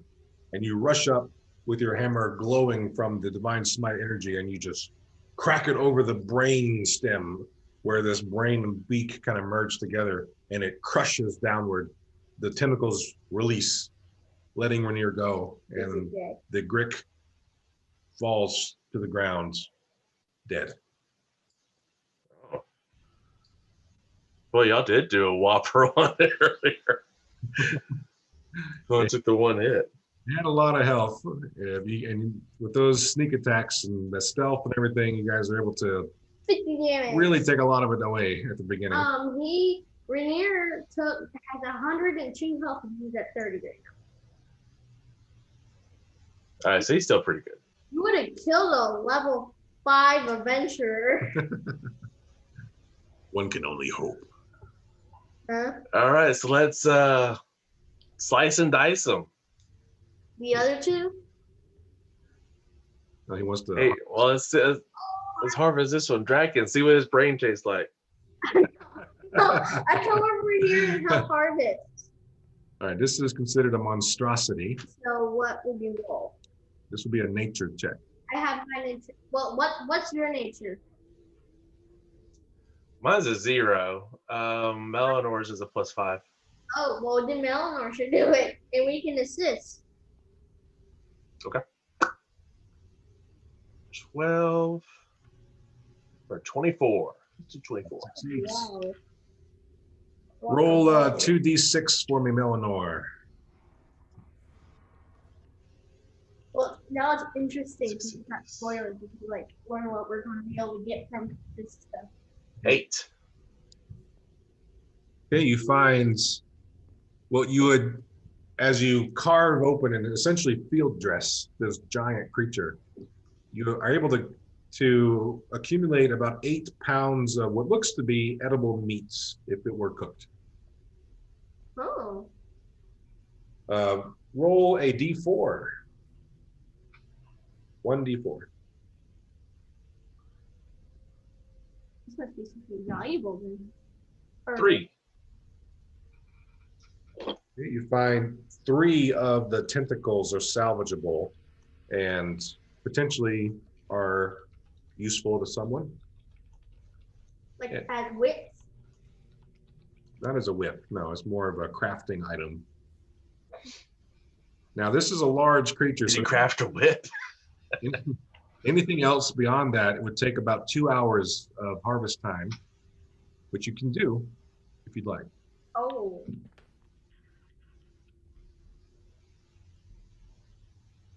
It's up to you, Draken. I'm not really interested in it, but Well, but then I really want to harvest that. Well, I don't want to slow the team down though. well, while you're harvesting, we could be checking out this mummified minotaur. Yeah, that's what I was thinking. You guys do mummified minotaur, and I'll go ahead. Well, shouldn't Melannor be the person doing that? Do you need a nature check to slice it up? Yeah. Melannor did the check, so he would be the one doing the harvesting. Well, Okay. I'll help you with that thing, and I say Melannor maybe can do it. You're Melannor. All right, Melannor Yeah, just. I mean, Meanwhile, you guys want to investigate this upside down throne room? I can let it. All right. You can levitate? Yeah, from Staff of Power. And after this, do it for 20 feet. Would I be able to reach the Manticore? it's a Minotaur. Yeah, you could reach it. To like inspect it? Yeah. Well, I'm gonna levitate. Okay, so you cast levitate on yourself using your Staff of Powers charges. Yeah. You find yourself floating up into the air, and as you rise up about 10 feet or so, you suddenly feel the tug of gravity. Your stomach kind of flips a bit, and now you are floating, levitating above the ceiling, as if the ceiling were the floor. If you imagine the room upside down, you'd be levitating above the floor, but the floor is the ceiling above you. Wait, so if I dropped, I would land on the ceiling? If you were to turn off levitate right now, you would land on the ceiling. You are within the field of a reverse gravity spell. I will say, I will ask if, how much damage would it take? Take 1d6 per 5 foot. How many feet? You could drop the ceiling without taking any damage. Oh, well, I'll do that. So you turn off levitate, essentially. So you drop the levitate effect on yourself, and you fall upwards, landing on the ceiling as if it were the floor. And to you and to your body, you feel like you're walking normally, and everyone else sees you walking on the ceiling. I'd say reverse gravity.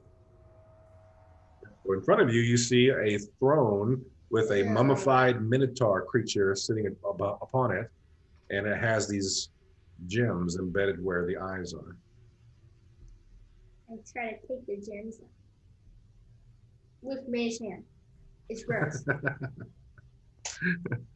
With Mage Hand. It's gross. Mage Hand takes these gems out and does not grow. Okay, you reach forward, and Mage Hand pulls out these gems. What do you deal with what they are? One of them, you know. You didn't need to float up there to do that. You could have done that from the ground.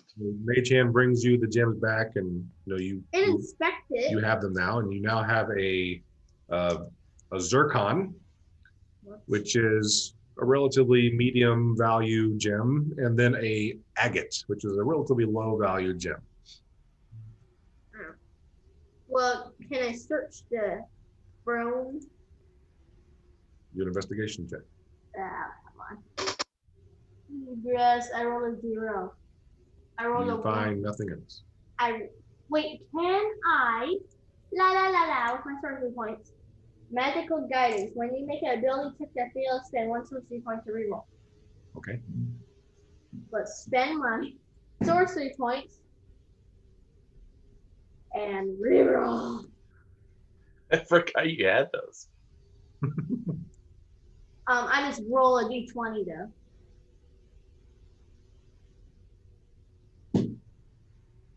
17.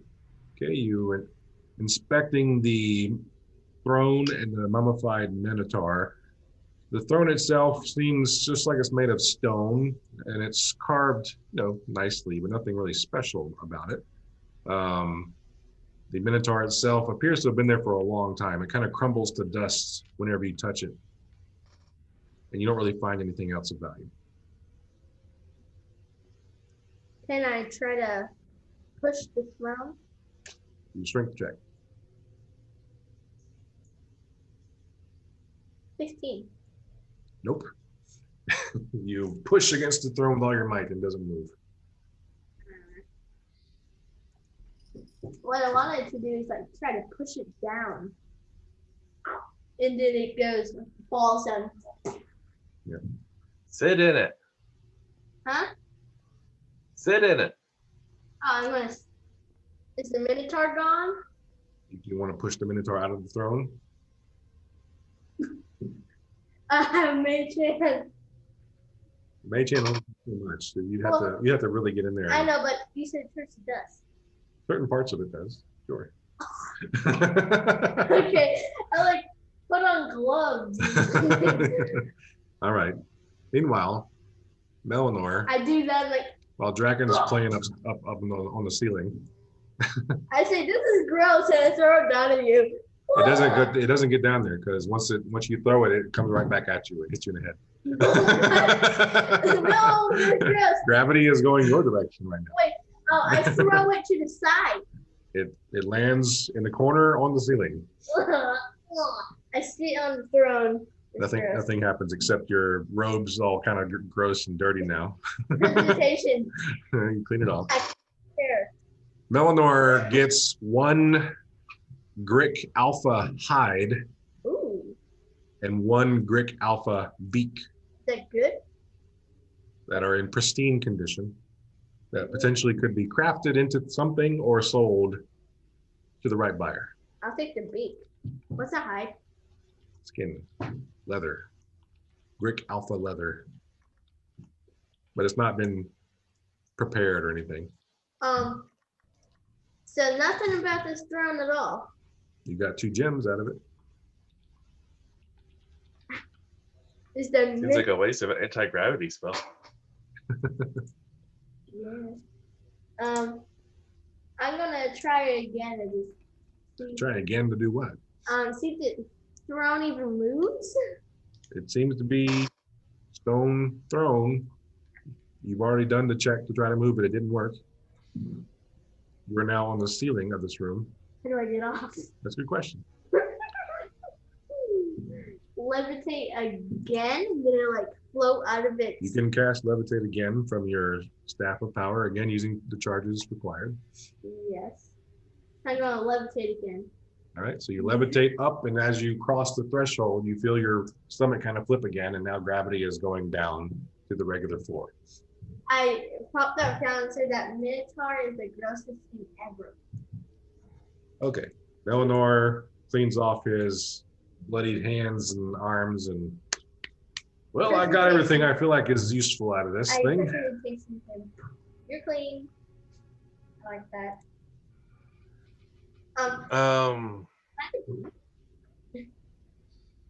Can I look up like at the ceiling and see if there's anything else anywhere around that would be of interest? Because it seems weird to have this anti-gravity thing there. Yeah, you're looking up. Feel free to do a investigation check. You want me to levitate 2 times again? Wait, I'm still levitating. I didn't undo it. However long it lasts.